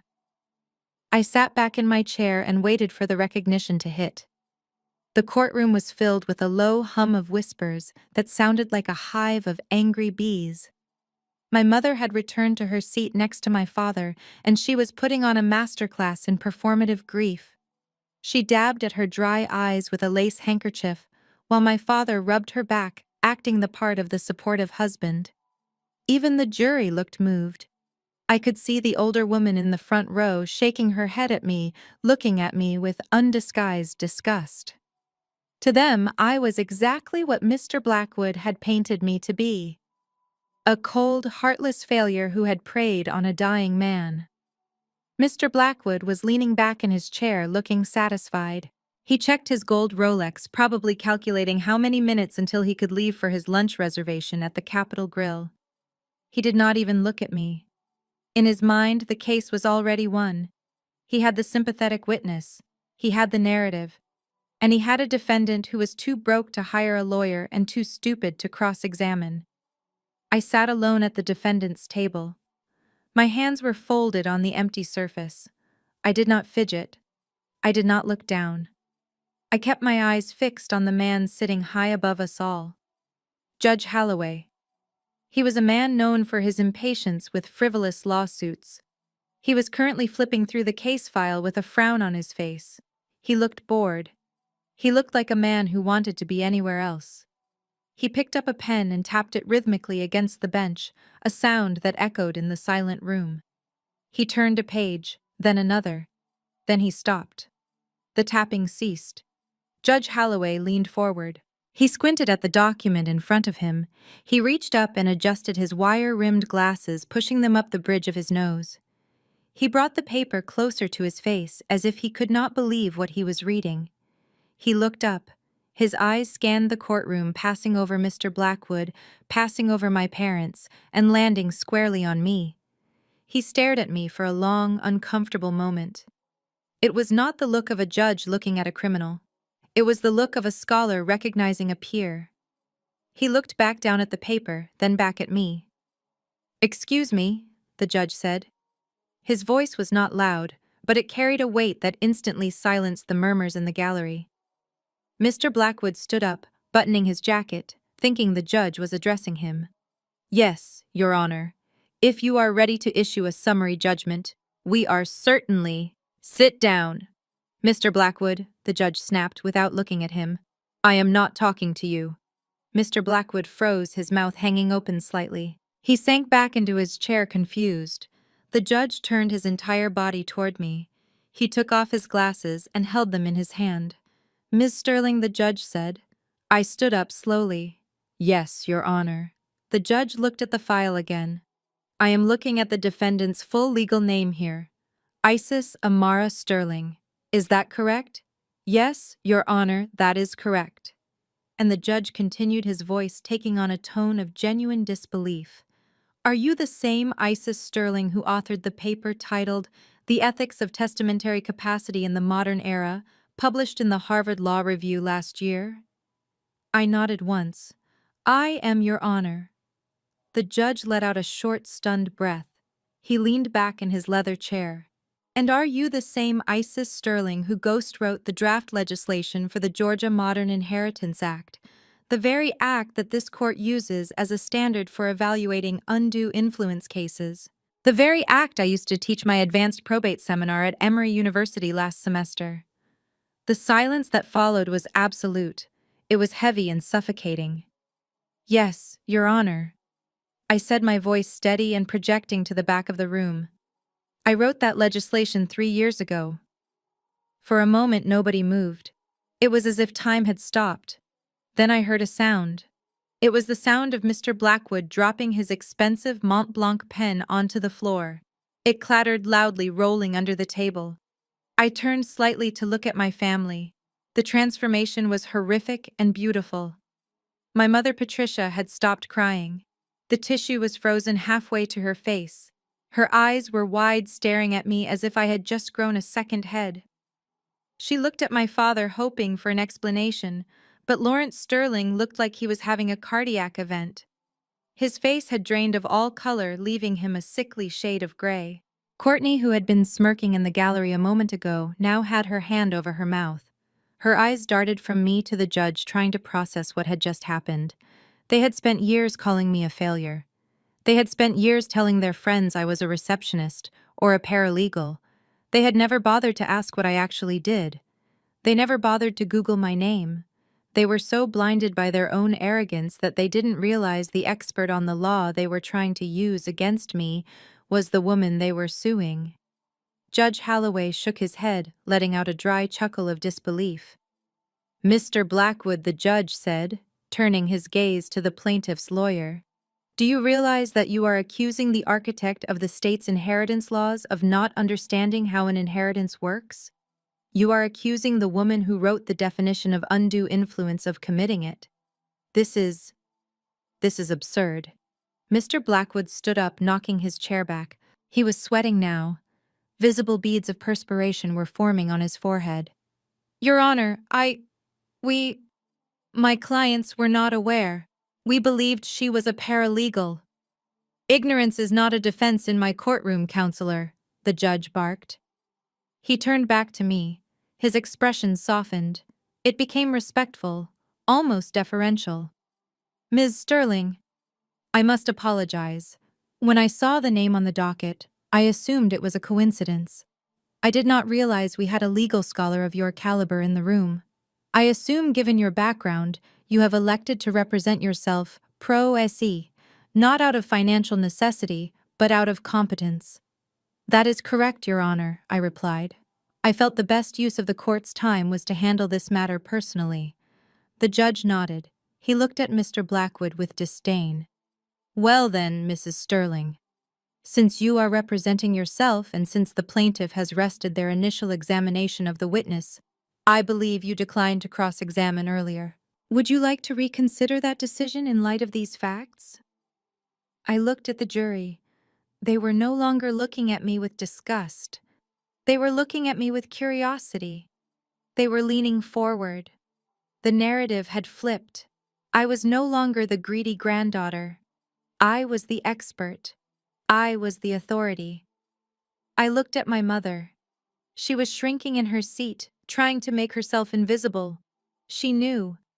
In that moment, she knew she had made a fatal miscalculation. I adjusted the lapels of my navy blazer. I picked up a single sheet of paper from my table. "Yes, Your Honor," I said. "I would like to reconsider." I stepped out from behind the defense table. I walked to the center of the room. The sound of my heels on the hardwood floor was rhythmic and confident. I stopped directly in front of the witness stand. I turned to the gallery. I made eye contact with Courtney. I made eye contact with Tyson. And finally, I locked eyes with my mother. "Your Honor," I said, my voice ringing out clear and cold, "I would like to recall the witness."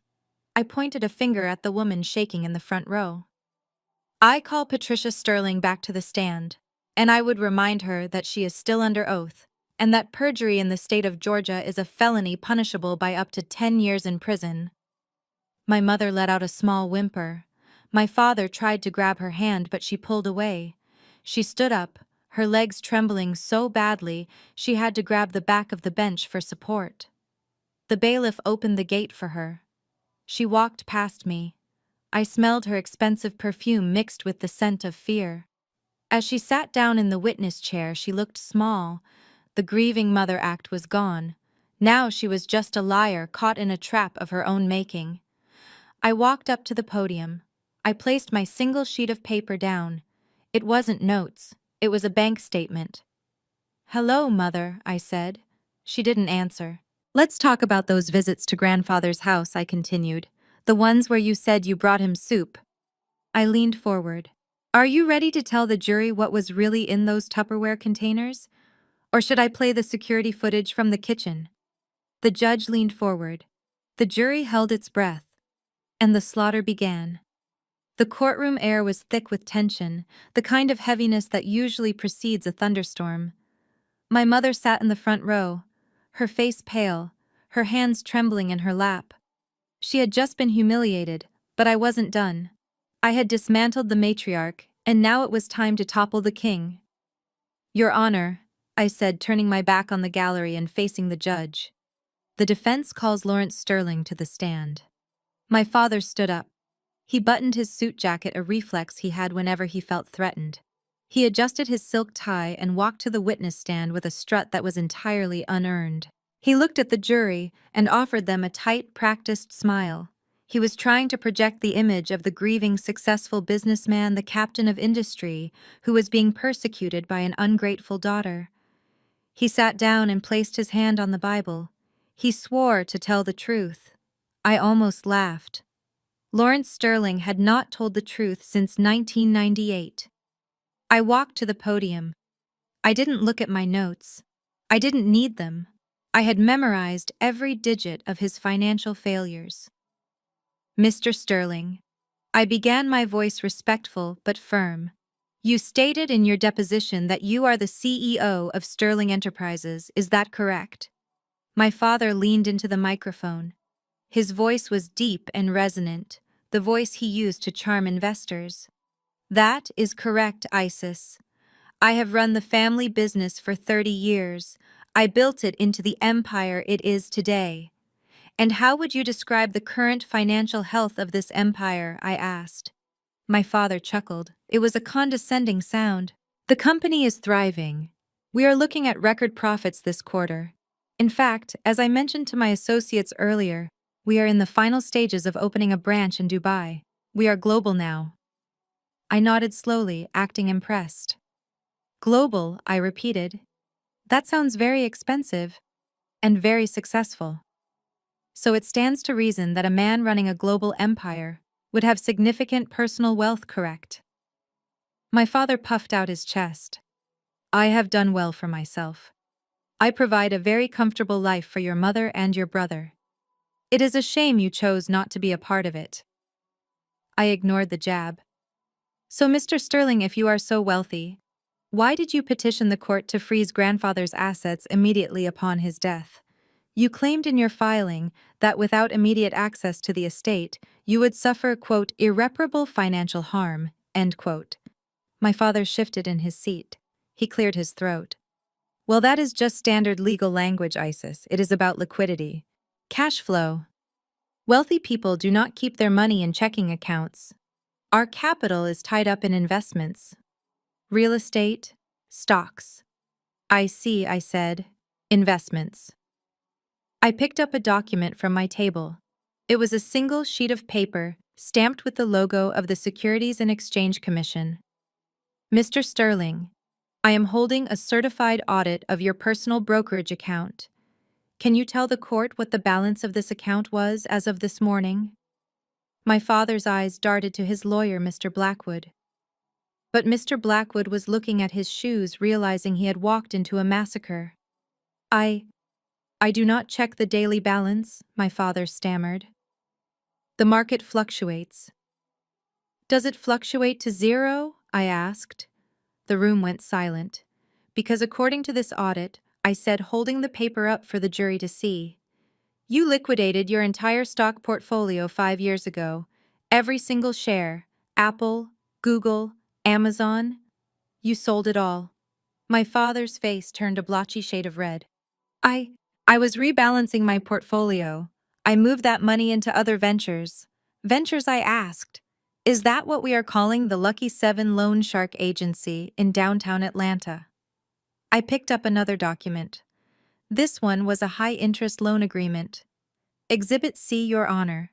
A promissory note signed by Lawrence Sterling dated 6 months ago, borrowing $200,000 at an interest rate of 25%.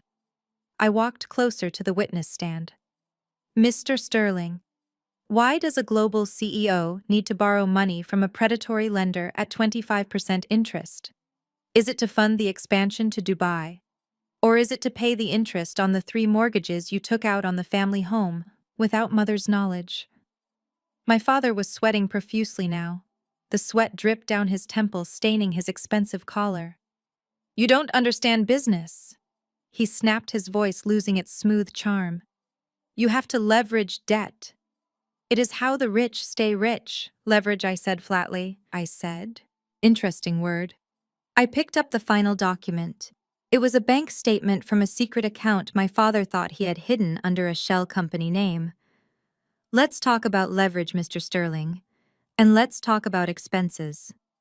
Because while you were borrowing money from sharks, and while you were telling the court you needed grandfather's money to survive, you were making a very specific recurring monthly payment. I turned the page.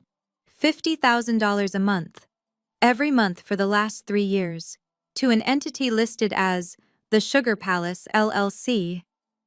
My father stopped breathing. His eyes went wide with genuine terror. He looked at my mother in the front row. I looked at the transaction details. I continued. And I did some digging. The Sugar Palace is not a business consultancy. It is not a real estate firm. It is a private account linked to a woman named Candy. I leaned in closer, my voice dropping to a whisper that was amplified by the microphone. Mr. Sterling, can you explain to the jury and to your wife sitting right there what kind of investment advice Candy provides for $50,000 a month? My father opened his mouth, but no sound came out. He looked like a fish flopping on a dock. Is it real estate advice? I pressed. Does she help you with the Dubai expansion? Or is Candy the reason you sold your stocks, drained your savings, and are currently trying to steal an inheritance that does not belong to you? Answer the question, Lawrence. Who is Candy? The silence in the courtroom was heavy enough to crush a man. My father looked at the judge, he looked at the jury, and then he looked at my mother. And in that moment, the facade of the successful businessman crumbled completely, leaving only a pathetic broke liar sitting in the witness chair. And then the screaming started. I did not have to wait for an answer. My mother, Patricia Sterling, provided the answer for him. Candy, she shrieked. Her voice was unrecognizable. It wasn't the voice of the poised society woman. It was the voice of a woman who had just realized her entire life was a lie. She stood up so fast her chair fell over with a loud crash. She ignored the bailiff. She ignored the judge. She marched toward the witness stand, her eyes locked on my father. You told me we were broke because of the economy, she screamed. You told me we had to fire the housekeeper because of inflation. You made me sell my mother's jewelry, Lawrence, and you were giving it to some stripper named Candy. Patricia, please sit down, my father begged, holding his hands up in defense. It is not what you think. It is a consulting fee. She is a consultant. A consultant, my mother yelled. She reached the witness stand. The bailiff was running toward her, but he was too late. She swung her hand with all the force of 30 years of repressed anger. The slap was louder than the gavel. It connected with my father's face with a sickening crack. His head snapped back. His glasses flew off his face and skittered across the floor, landing near the court reporter's feet. Order, Judge Holloway shouted, banging his gavel repeatedly. Order in this court. Bailiff, restrain that woman. The courtroom erupted into chaos. The jurors were gasping, whispering frantically to each other. The court reporter looked terrified. Mr. Blackwood put his head in his hands, realizing his career was likely over. I stood there in the middle of the storm, perfectly still. I watched the bailiff gently grab my mother's arms, pulling her away from my father. She was sobbing now, hysterical broken sounds that echoed off the high ceiling. "He is a liar," she screamed at the jury. "He is a broke liar. He told me he was a genius. He told me he would take care of me." My father sat in the witness chair holding his cheek, looking small and defeated. He didn't look like a CEO anymore. He looked like exactly what he was, a fraud. I looked at the judge. Judge Holloway was red in the face, furious at the loss of control in his courtroom. "Ms. Sterling," the judge barked at me. "Do you have any further questions for this witness?" I looked at my father. I looked at the man who had called me a failure my whole life. The man who had judged me for my cheap shoes while he was burning millions on a secret life. "No, Your Honor," I said calmly. "I think the witness has said everything he needs to say." I walked back to my table and sat down. My mother was escorted back to her seat, sobbing into her hands. My father was led off the stand, still looking for his glasses, but the show wasn't over. There was one more rat on the sinking ship, and rats panic when the water rises. Suddenly, from the gallery directly behind where my parents were sitting, my brother Tyson stood up. He didn't look sad. He didn't look worried about his parents' marriage imploding. He looked terrified for his own wallet. He saw the inheritance evaporating. He saw the yacht disappearing. He saw the easy life he felt entitled to slipping through his fingers. "This is ridiculous," Tyson shouted, his voice cracking. "Who cares about Dad's affairs? That doesn't prove anything about the will." "Sit down, sir," the bailiff warned, moving toward him. "No, I will not sit down," Tyson yelled, pointing a shaking finger at me. "You think you have won ISIS. You think just because Dad is broke you can take everything. Well, guess what? We don't need Dad's money." He grabbed Courtney's arm, pulling his wife up from her seat. Courtney looked horrified. She tried to pull away, but Tyson held on tight. "My wife has money," Tyson declared, his eyes wild with desperation. "You forgot who she is, didn't you, Isis? She is a Hamilton. Her father is the senator. She has a trust fund that makes your inheritance look like pocket change. So go ahead, keep the building. We don't need it. Courtney is going to buy us a house twice as big." The courtroom fell silent again. All eyes turned to Courtney. I looked at my sister-in-law, the woman who had sneered at me in the rain, the woman who had bragged about custom yachts. She wasn't looking at Tyson with love. She was looking at him with pure, unadulterated panic. Her face had gone completely white. She was shaking her head slightly, mouthing the words, "Stop." But Tyson was too stupid to stop. "Tell her, babe," Tyson said, nudging her. "Tell her we are rich. Tell her we are going to bury her in legal fees until she begs for mercy." I leaned back in my chair. A small, cold smile played on my lips. Tyson had just made the biggest mistake of his life. He had just tied his raft to an anchor thinking it was a life preserver. I looked at the judge. "Your Honor," I said softly, "since Mr. Tyson Sterling has so graciously introduced the topic of his wife's finances, I would like to call my next witness." I looked directly at Courtney. "I call Courtney Sterling to the stand, and I would like her to bring her purse, because I believe she has a receipt in there that the court needs to see." Courtney's knees buckled. She sank back into the bench, burying her face in her hands. Tyson looked confused. "Babe, what is wrong? Tell them." I picked up my red marker and drew a circle in the air. The father was down, the mother was broken, and now it was time for the final execution. The heavy oak doors of the courtroom swung shut behind me as the judge called for a 15-minute recess. The air in the hallway felt cooler, but the adrenaline pumping through my veins made my skin burn. Inside the chamber, my family was in shambles. My father was broken. My mother was humiliated. But there was one head left on the hydra that needed to be severed. Courtney. I watched her rush out of the courtroom. She did not go to comfort her husband.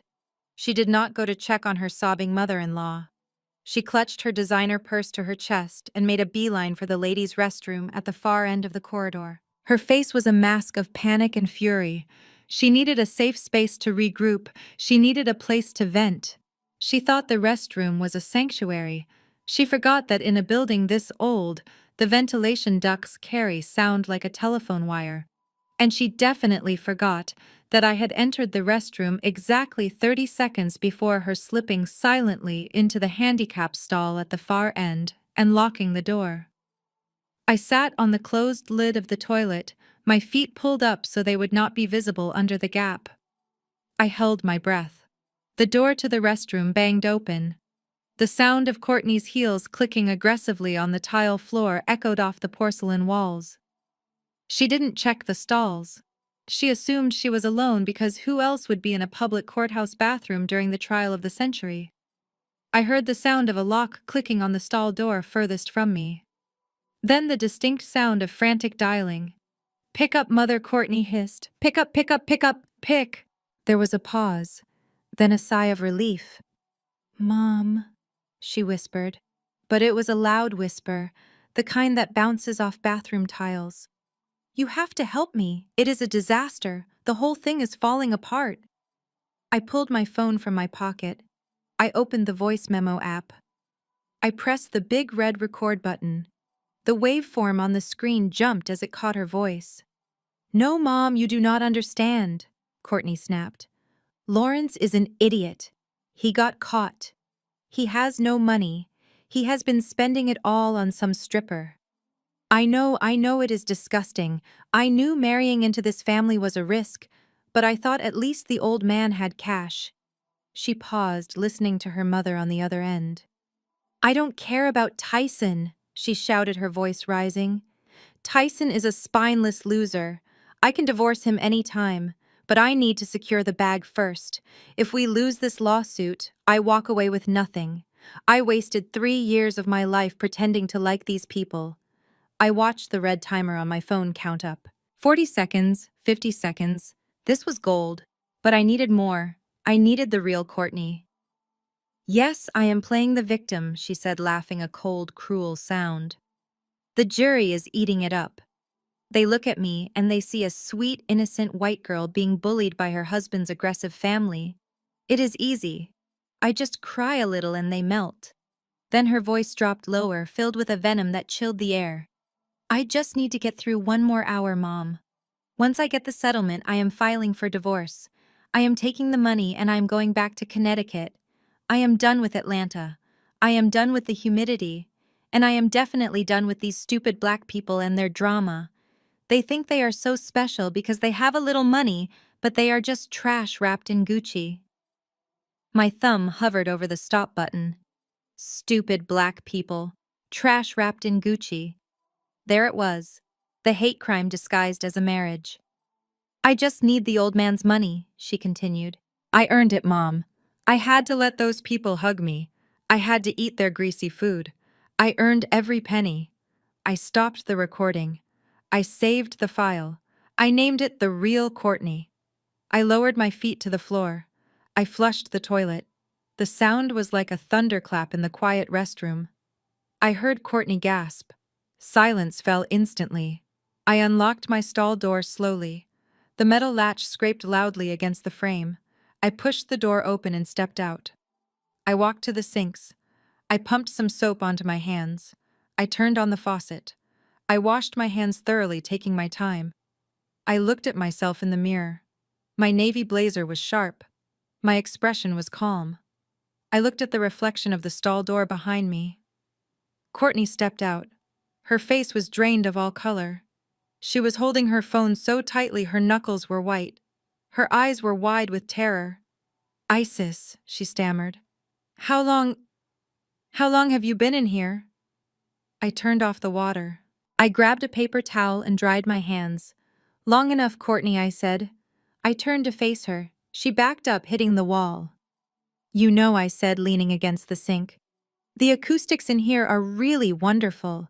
The tile really amplifies the high frequencies, especially the frequency of a racist meltdown." She swallowed hard. You can't use that. It is illegal to record someone without their consent." I smiled. Actually, in the state of Georgia, only one party needs to consent to a recording. And since I was a party to this conversation by virtue of being in the room, I consented. I held up my phone. The screen was still glowing. "See you back in court, sister-in-law," I said. I walked past her. She reached out to grab my arm, but I sidestepped her effortlessly. "Wait," she begged, her voice desperate. "Isis, wait. We can make a deal. I will make Tyson settle. I will make them drop the lawsuit. Just delete it, please. My father is a senator. This will ruin him." I stopped at the door. I looked back at her. "Your father should have taught you better," I said.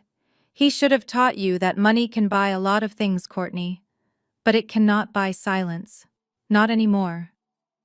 I walked out, leaving her trembling in the cold, sterile light of the bathroom. The recess was over. And so was she. The bailiff called the court to order. Everyone stood up as Judge Holloway returned to the bench. The atmosphere in the room had shifted. My father was slumped in his chair looking at the floor. My mother was staring blankly at the wall. Tyson was chewing his fingernails, looking nervously at the empty witness stand. And then Courtney walked in. She looked like she was walking to the gallows. She tried to smile at the jury, but it looked like a grimace. She sat down next to Tyson, but she didn't look at him. She looked at me. Her eyes were pleading. She was begging me with her eyes to show mercy. But mercy was not on the docket today. I stood up. "Your Honor," I said. "The defense calls Courtney Sterling to the stand." Courtney stood up on shaky legs. She walked to the stand. She took the oath. Her hand was shaking so bad she almost dropped the Bible. She sat down. She smoothed her skirt. She took a sip of water. I walked to the podium. I placed my phone on the wooden surface in plain view. Courtney's eyes locked onto it. "Mrs. Sterling." I began, my voice gentle, almost kind. "You testified earlier that you loved my grandfather, Cyrus Sterling, very much. Is that correct?" "Yes," she whispered. "I loved him like my own grandfather. And you testified that you were heartbroken when he passed away." "Devastated," she said, gaining a little confidence. "I cried for days." I nodded. "Where were you, Mrs. Sterling, on the night of October 14th? The night my grandfather died?" Courtney blinked. She licked her dry lips. I was at a charity gala," she said. "In Nevada. For the Sterling Hope Initiative. We were raising money for pediatric cancer. I wanted to be home with Cyrus, but I had a duty to the children." "A duty," I repeated. "That sounds very noble. So you were at the gala from what time to what time?" "From 7 p.m. until midnight," she said. "I gave the keynote speech." "I see." I picked up a document from my table. "Your Honor, I would like to submit Defense Exhibit D. These are the GPS location logs from Mrs. Sterling's cell phone provider, subpoenaed this morning." Courtney froze. "Mrs. Sterling," I said, looking at the paper, "according to this, your phone was indeed in Las Vegas on the night in question. But it was not at the convention center where the gala was held." I looked up at her. "From 8 p.m. until 3 a.m., your phone was stationary at a location called the Sapphire Palace, specifically the high-limit slot machine lounge." The jury murmured. Courtney shook her head. That must be a mistake," she stammered. "The GPS is wrong. I was at the gala. I have witnesses. We checked the gala logs too," I said. "You signed in at 7. You left at 7:15. You spent 15 minutes with the sick children, Courtney. And you spent 7 hours at the casino." "I am not a gambler," she shouted. I was meeting a donor." "A donor?" I asked. "Interesting." I picked up another piece of paper. "Because this bank statement from your charity account shows a $50,000 withdrawal at the casino cage at 11:42 p.m. I took a step closer. "My grandfather died at 11:45 p.m. Courtney. 3 minutes later. While his heart was stopping, you were cashing out charity money to play blackjack." "No," she screamed. "That is a lie. You are twisting everything." "Am I twisting it?" I asked. Or am I just revealing who you really are? I walked back to the podium. I picked up my phone. You claim you love this family, Courtney. You claim you are the victim here. But I think the jury deserves to hear what you really think of the Sterlings. I tapped the screen. Your Honor, I would like to introduce one final piece of evidence. A digital recording taken approximately 10 minutes ago during the court recess. Courtney stood up. No, you cannot play that. It is private. The judge looked at me. Is this relevant to the case, Ms. Sterling? It goes to the witness's credibility, Your Honor, I said. And to her motive for this entire lawsuit. Allow it, the judge said. I pressed play. Courtney's voice boomed through the courtroom speakers, clear and sharp. I don't care about Tyson. He is a spineless loser. I just need to secure the bag. Tyson's head snapped up. He looked at his wife in horror. The recording continued. I am done with these stupid black people and their drama. They are just trash wrapped in Gucci. The silence in the courtroom was absolute. The jurors looked at Courtney with open mouths. The judge looked furious. My mother covered her face with her hands. I stopped the recording. Trash wrapped in Gucci, I repeated. Is that how you see your husband, Courtney? Is that how you saw my grandfather? Just a source of money that you had to tolerate? Courtney was hyperventilating. Her face was red. She looked trapped. She looked like a cornered animal. And then she snapped. She slammed her hands down on the witness stand. Yes, she screamed. Yes, that is what you are. Look at you. You think you are so smart with your little suits and your little words. But you are nothing. She pointed a shaking finger at the jury. You tricked me, she yelled, her eyes wild. You gamed the system. But they won't believe you. Look at this jury.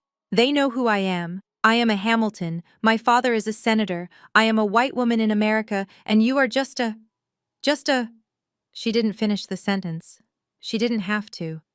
The word hung in the air, heavy and ugly, unspoken, but heard by everyone. The courtroom erupted. The judge was banging his gavel so hard I thought the handle would break. Get her off the stand, the judge roared. Removal, now! Courtney was still screaming as the bailiff grabbed her arm. I am the victim here, she shrieked as she was dragged away. I am the victim. They stole my money. They stole my life. I stood there calmly watching her self-destruct. She had bet everything on her privilege. She thought her skin color and her last name would protect her from the truth. She thought she could charm the jury and crush the black sheep. But she forgot one thing. Sheep get slaughtered. But I wasn't a sheep. I was the wolf who had finally come home to eat. The courtroom was silent, but it was not the silence of peace, it was the silence of a held breath. Courtney had been dragged out screaming, leaving a vacuum of shock in her wake. The jury looked exhausted. They had seen the ugly underbelly of a wealthy family, and they were disgusted. But I needed one more nail in the coffin. I needed to prove that not only were they greedy, but they were completely absent when it mattered most. Your Honor, I said, my voice cutting through the quiet. The defense calls its final witness, Mrs. Clara Higgins. The heavy doors opened and a woman in her 60s walked in. She was wearing a simple navy blue dress and sensible shoes. She walked with the kind of dignity that cannot be bought, the kind that comes from a lifetime of service. Mrs. Higgins had been the head nurse at the private hospice care agency that looked after my grandfather for the last 2 years of his life. She was the woman who had held his hand when I stepped out to use the restroom. She was the woman who had washed his body. She was the woman who knew the truth. My mother, Patricia, looked at Mrs. Higgins and frowned. She whispered something to my father. I knew exactly what she was saying. She was asking who this woman was. My mother did not recognize the woman who had cared for her own father for 700 days. That was all the jury needed to know, but I was going to make sure they heard it out loud. Mrs. Higgins took the stand. She adjusted her glasses and looked at me with a warm, grandmotherly smile. Mrs. Higgins, I began, can you tell the court what your relationship was to the late Cyrus Sterling? I was his lead palliative care nurse. She said, her voice soft but firm. I was with him 12 hours a day, 6 days a week, for the last 18 months of his life. I nodded. And in those 18 months, Mrs. Higgins, how often did you see the defendant, Isis Sterling? Mrs. Higgins smiled. Every day. Miss Isis was there every single evening after work. She would bring her laptop and work quietly in the corner while he slept. When he woke up, she would read to him. She learned how to change his oxygen tank. She learned how to adjust his pillows so he wouldn't get bed sores. Toward the end, when he couldn't feed himself, she was the one who spoon-fed him his broth. She never complained. Not once. The jury looked at me. Their expressions were soft. "And what about the plaintiffs?" I asked, pointing to the table where my parents and Tyson sat. "Lawrence Sterling, Patricia Sterling, Tyson Sterling. How often did you see them?" Mrs. Higgins' expression hardened. She looked at them with profound disappointment. "I saw Mr. Lawrence and Mrs. Patricia maybe 4 times in 2 years," she said. "They would come for 15 minutes. They usually stayed in the hallway because Mrs. Patricia said the smell of the medicine made her nauseous. They never touched him. They never asked me how he was doing. They only asked if he was lucid enough to sign papers." My mother gasped. "That is a lie," she hissed. Mrs. Higgins ignored her and continued. "And the young man Tyson? I saw him once. It was about 3 weeks before Mr. Cyrus passed. Can you describe that visit?" I asked. Mrs. Higgins took a deep breath. She looked down at her hands as if the memory was painful. "He came in with his wife, the loud blonde woman who was just here. Mr. Cyrus was having a bad day. He was in a lot of pain, and he was drifting in and out of consciousness. Tyson and his wife walked right up to the bed. They didn't say hello. They pulled out their phones. They leaned over his unconscious body and took a selfie. The wife said something about needing content for her sympathy posts. Then she asked me if I could move the oxygen tube because it was ruining the aesthetic of the photo." A collective groan went through the jury box. One juror, a middle-aged man, shook his head in open disgust. "They took the photo and left," Mrs. Higgins said. "They were in the room for less than 3 minutes. Mr. Cyrus woke up right after they left and asked who had been there. I didn't have the heart to tell him it was his grandson because he didn't even say goodbye." I let that sink in. The image of Courtney and Tyson using a dying man as a prop for social media likes was more damaging than any bank statement. "Thank you, Mrs. Higgins," I said. I started to turn away, but Mrs. Higgins spoke up. "Excuse me, Miss Isis," she said. "There is one more thing." I turned back. "Yes." "Mr. Cyrus gave me something," she said, reaching into her pocket. About 2 days before he passed, he had a moment of complete clarity. He asked me to bring him his safe box. He put something in an envelope and sealed it. He made me promise on my nursing license that I would keep it safe. She pulled out a small black object. It was a USB drive. He told me, she said, looking directly at my parents. He said, "Clara, you keep this hidden. And you only bring it out if the vultures start circling. He said if they accept the will with grace, destroy this. But if they try to attack Isis, if they try to drag her name through the mud, you bring this to court." She held the drive out to me. "I think the vultures are circling," she said. I took the drive. It felt heavy in my hand, heavy with the weight of my grandfather's foresight. "Your Honor," I said, turning to the bench, "I would like to enter this into evidence, and I would like to request permission to play the contents of this drive for the court immediately." Mr. Blackwood jumped up. "Objection, Your Honor. We have no idea what is on that drive. It could be doctored. It could be—" "Overruled," Judge Holloway said instantly. He was leaning forward, his eyes locked on the USB drive. "The witness has testified to its chain of custody. Play it, Ms. Sterling." I walked to the court technician's desk. I handed him the drive. My parents were frozen. My father looked like he was about to vomit. My mother was gripping the edge of the table, her knuckles white. They knew. Deep down they knew that Cyrus Sterling was not a man who left loose ends. The technician plugged the drive in. The large projection screen on the wall flickered to life. The lights in the courtroom were dimmed. And then, suddenly, there he was. Grandfather. He was sitting in his favorite leather armchair in the library. He looked frail. His breathing was labored. But his eyes were sharp. They were the eyes of the man who had built a dynasty. He was looking directly into the camera lens. I stood in the dark watching him. Tears pricked my eyes. I missed him so much. But this wasn't a sentimental goodbye. This was business. The video began to play. The sound of his voice, raspy but commanding, filled the room. My parents held their breath, and the dead man began to speak. "Hello, Lawrence? Hello, Patricia. Hello, Tyson." The voice on the screen was like a ghost haunting the courtroom. My grandfather, Cyrus Sterling, looked into the camera lens with a gaze so piercing it felt like he was staring right through the screen and into the souls of the people sitting at the plaintiff's table. "If you are watching this," he said, taking a slow, wheezing breath, "it means you did exactly what I knew you would do. It means you sued ISIS." On screen, grandfather reached for a glass of water. His hand shook slightly, but he steadied it with sheer willpower. "I am making this recording on October 12th. I am of sound mind, though my body is failing me. I am recording this because I know my son. I know that Lawrence has always believed he was entitled to what he did not earn. And I know that Patricia believes appearances are more important than integrity." My mother let out a small sob, but she clamped her hand over her mouth. "You are probably in court right now."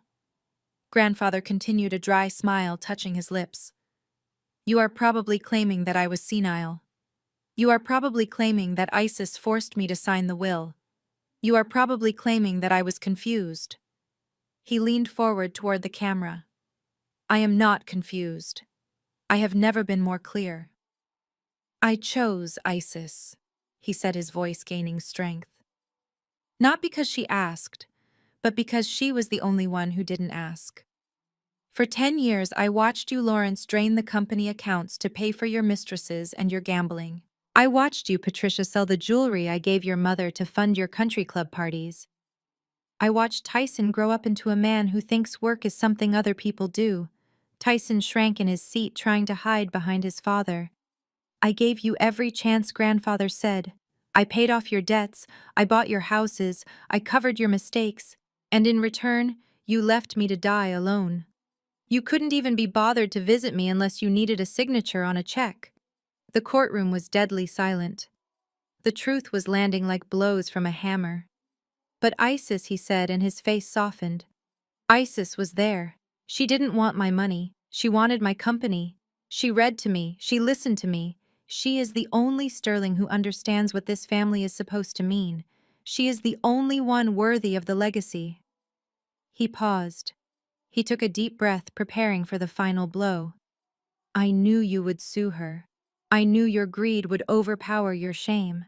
So I added a clause to my estate plan. A clause that is triggered only by the act of contesting the will." My father looked up. His eyes were wide with panic. He knew about clauses. He knew what was coming.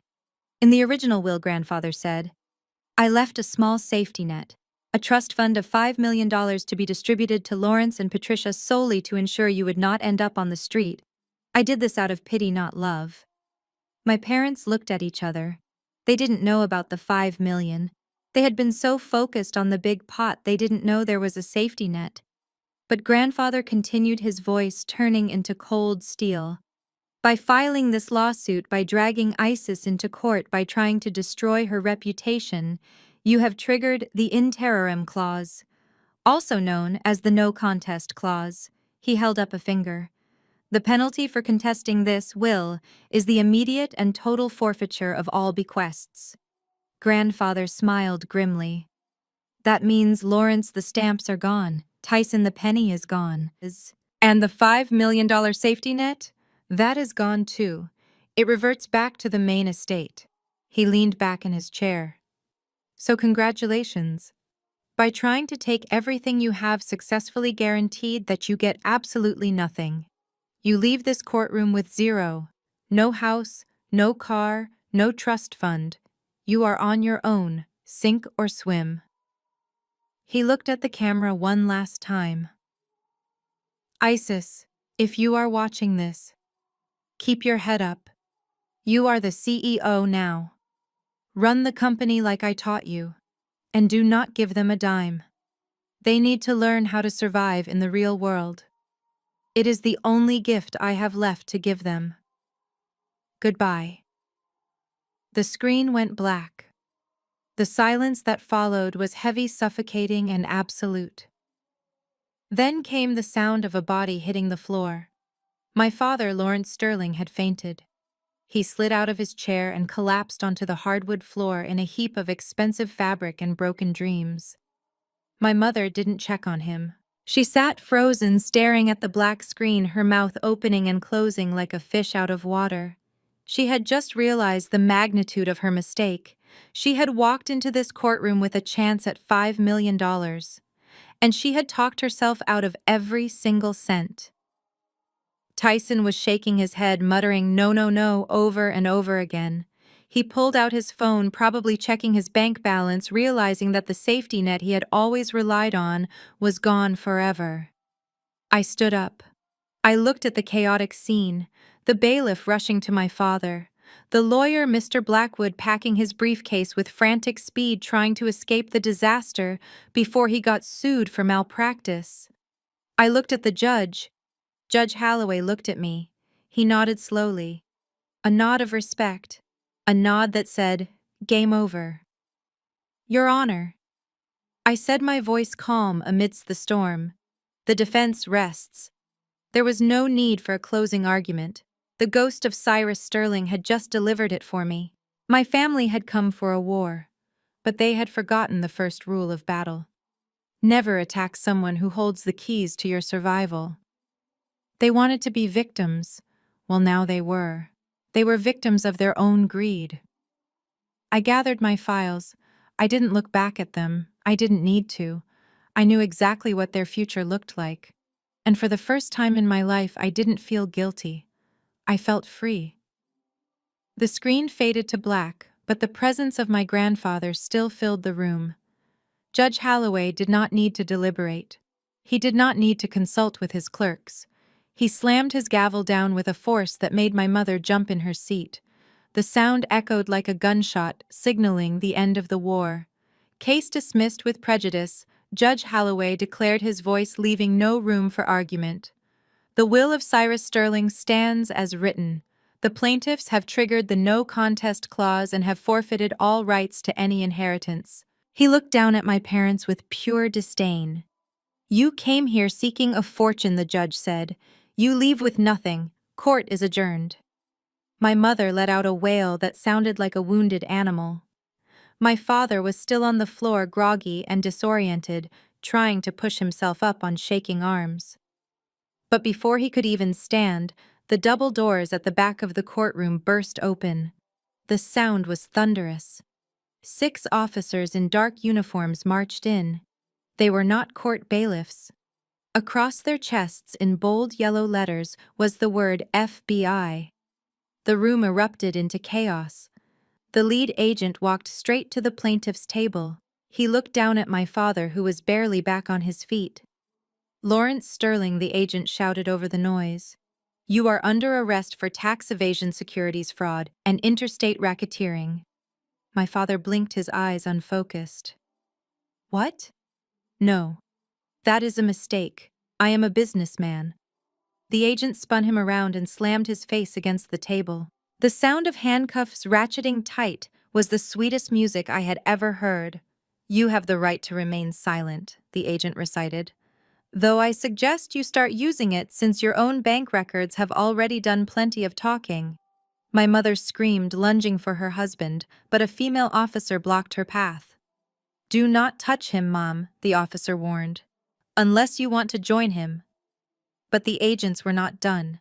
2 of them turned and headed toward the gallery, toward the section where Courtney was sitting, frozen in horror. "Courtney Sterling," the second agent announced. "You are under arrest for wire fraud, embezzlement of charitable funds, and money laundering." Courtney stood up, her face twisting into a mask of ugly entitlement. "Do you know who I am?" she shrieked, backing away. "My father is Senator Hamilton. You cannot arrest me. I am a white woman. I am wealthy." The agent didn't blink. He grabbed her wrist and twisted it behind her back. "We know exactly who you are, Mrs. Sterling," he said, calm and cold. "You are the woman who stole $2 million from children with cancer to play slots in Vegas. Your father can bail you out if he wants to lose his re-election campaign." They dragged her out. She was kicking and screaming, cursing everyone in the room, calling us every slur she could think of.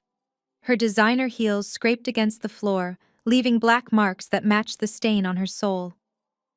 My father was hauled out the other door, his head hanging low, the fight completely gone from his body.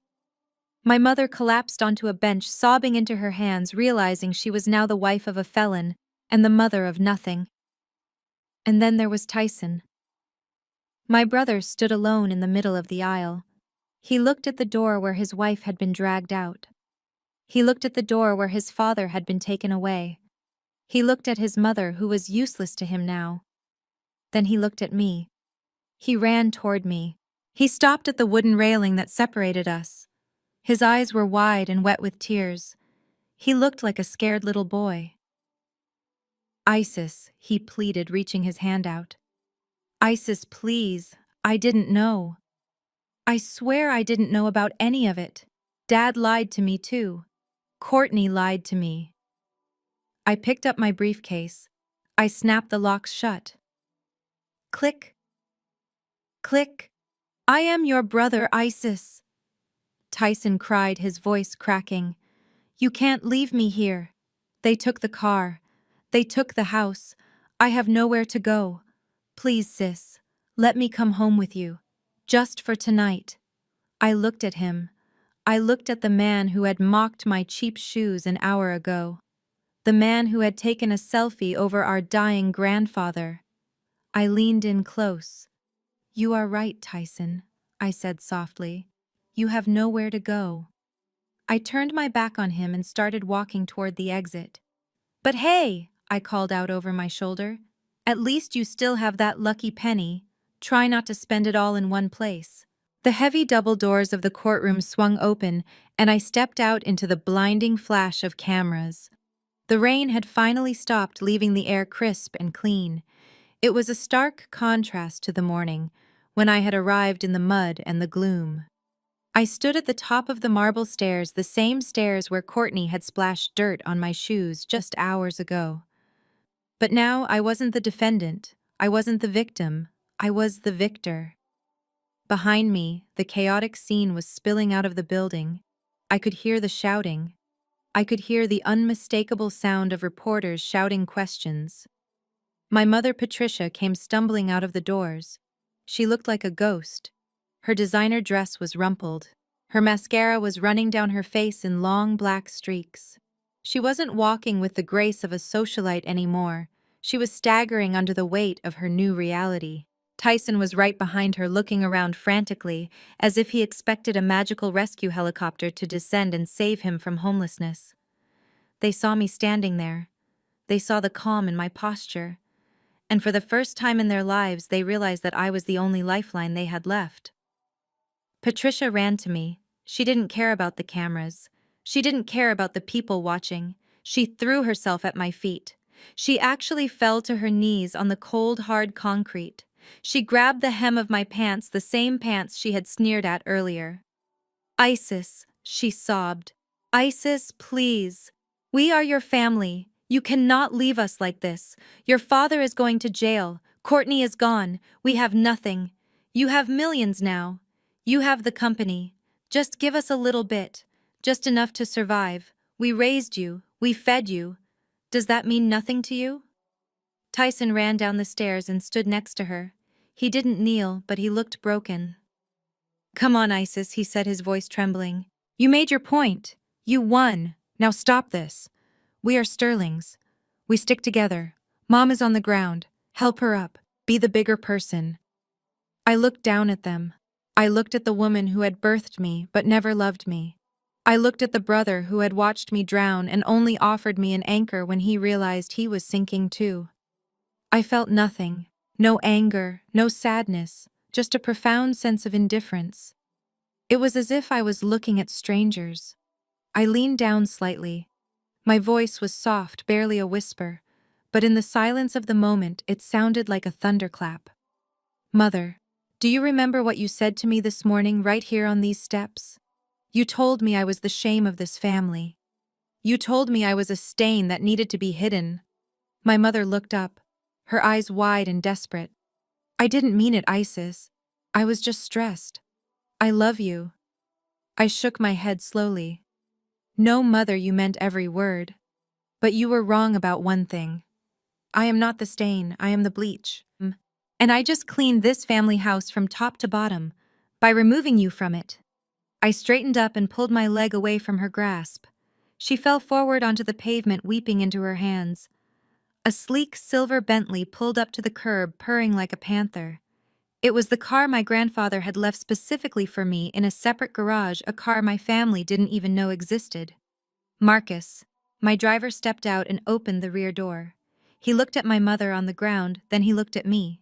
He didn't say a word, he just nodded. I walked down the stairs. I stepped past Tyson, who was standing there with his mouth open, too shocked to even speak. I slid into the back seat. The smell of expensive leather and freedom filled my lungs. I closed the door. The heavy thud shut out the noise of the world. Through the tinted glass, I watched them. I watched my mother screaming at the closed window. I watched Tyson crying. I watched the police lights reflecting in the puddles as the transport van arrived to take my father away. I reached into my purse and pulled out a pair of black sunglasses. I slid them onto my face, shielding my eyes from the glare of the paparazzi. I leaned back against the seat. Marcus caught my eye in the rearview mirror. "Where to, Ms. Sterling?" he asked. I smiled. It was a real smile, a smile that reached all the way to my soul. "Take me to the office, Marcus," I said. "We have an empire to run." The car pulled away, leaving the wreckage of the Sterling family behind in the distance. I didn't look back. I didn't need to. My future was straight ahead, and for the first time in my life, the view was perfect. This story teaches us that your value is not defined by how your family treats you. Isis spent years being called a failure by people who were actually jealous of her brilliance. She learned that true power is not about being loud or flashy. It is about moving in silence and letting your success make the noise. Sometimes the most toxic people in your life are the ones who share your DNA, and cutting them off is not an act of cruelty, it is an act of survival. You have to be willing to walk alone to get to the place where you truly belong. If you have ever had to build your own table because your family would not give you a seat, hit that like button and subscribe. Share this story with someone who needs to know that being the black sheep just means you are the only one who isn't following the herd off a cliff. Leave a comment below if you are currently writing your own success story. I want to cheer you on. Thanks for watching, and remember, the best revenge is not revenge at all, it is simply being happy and successful without them.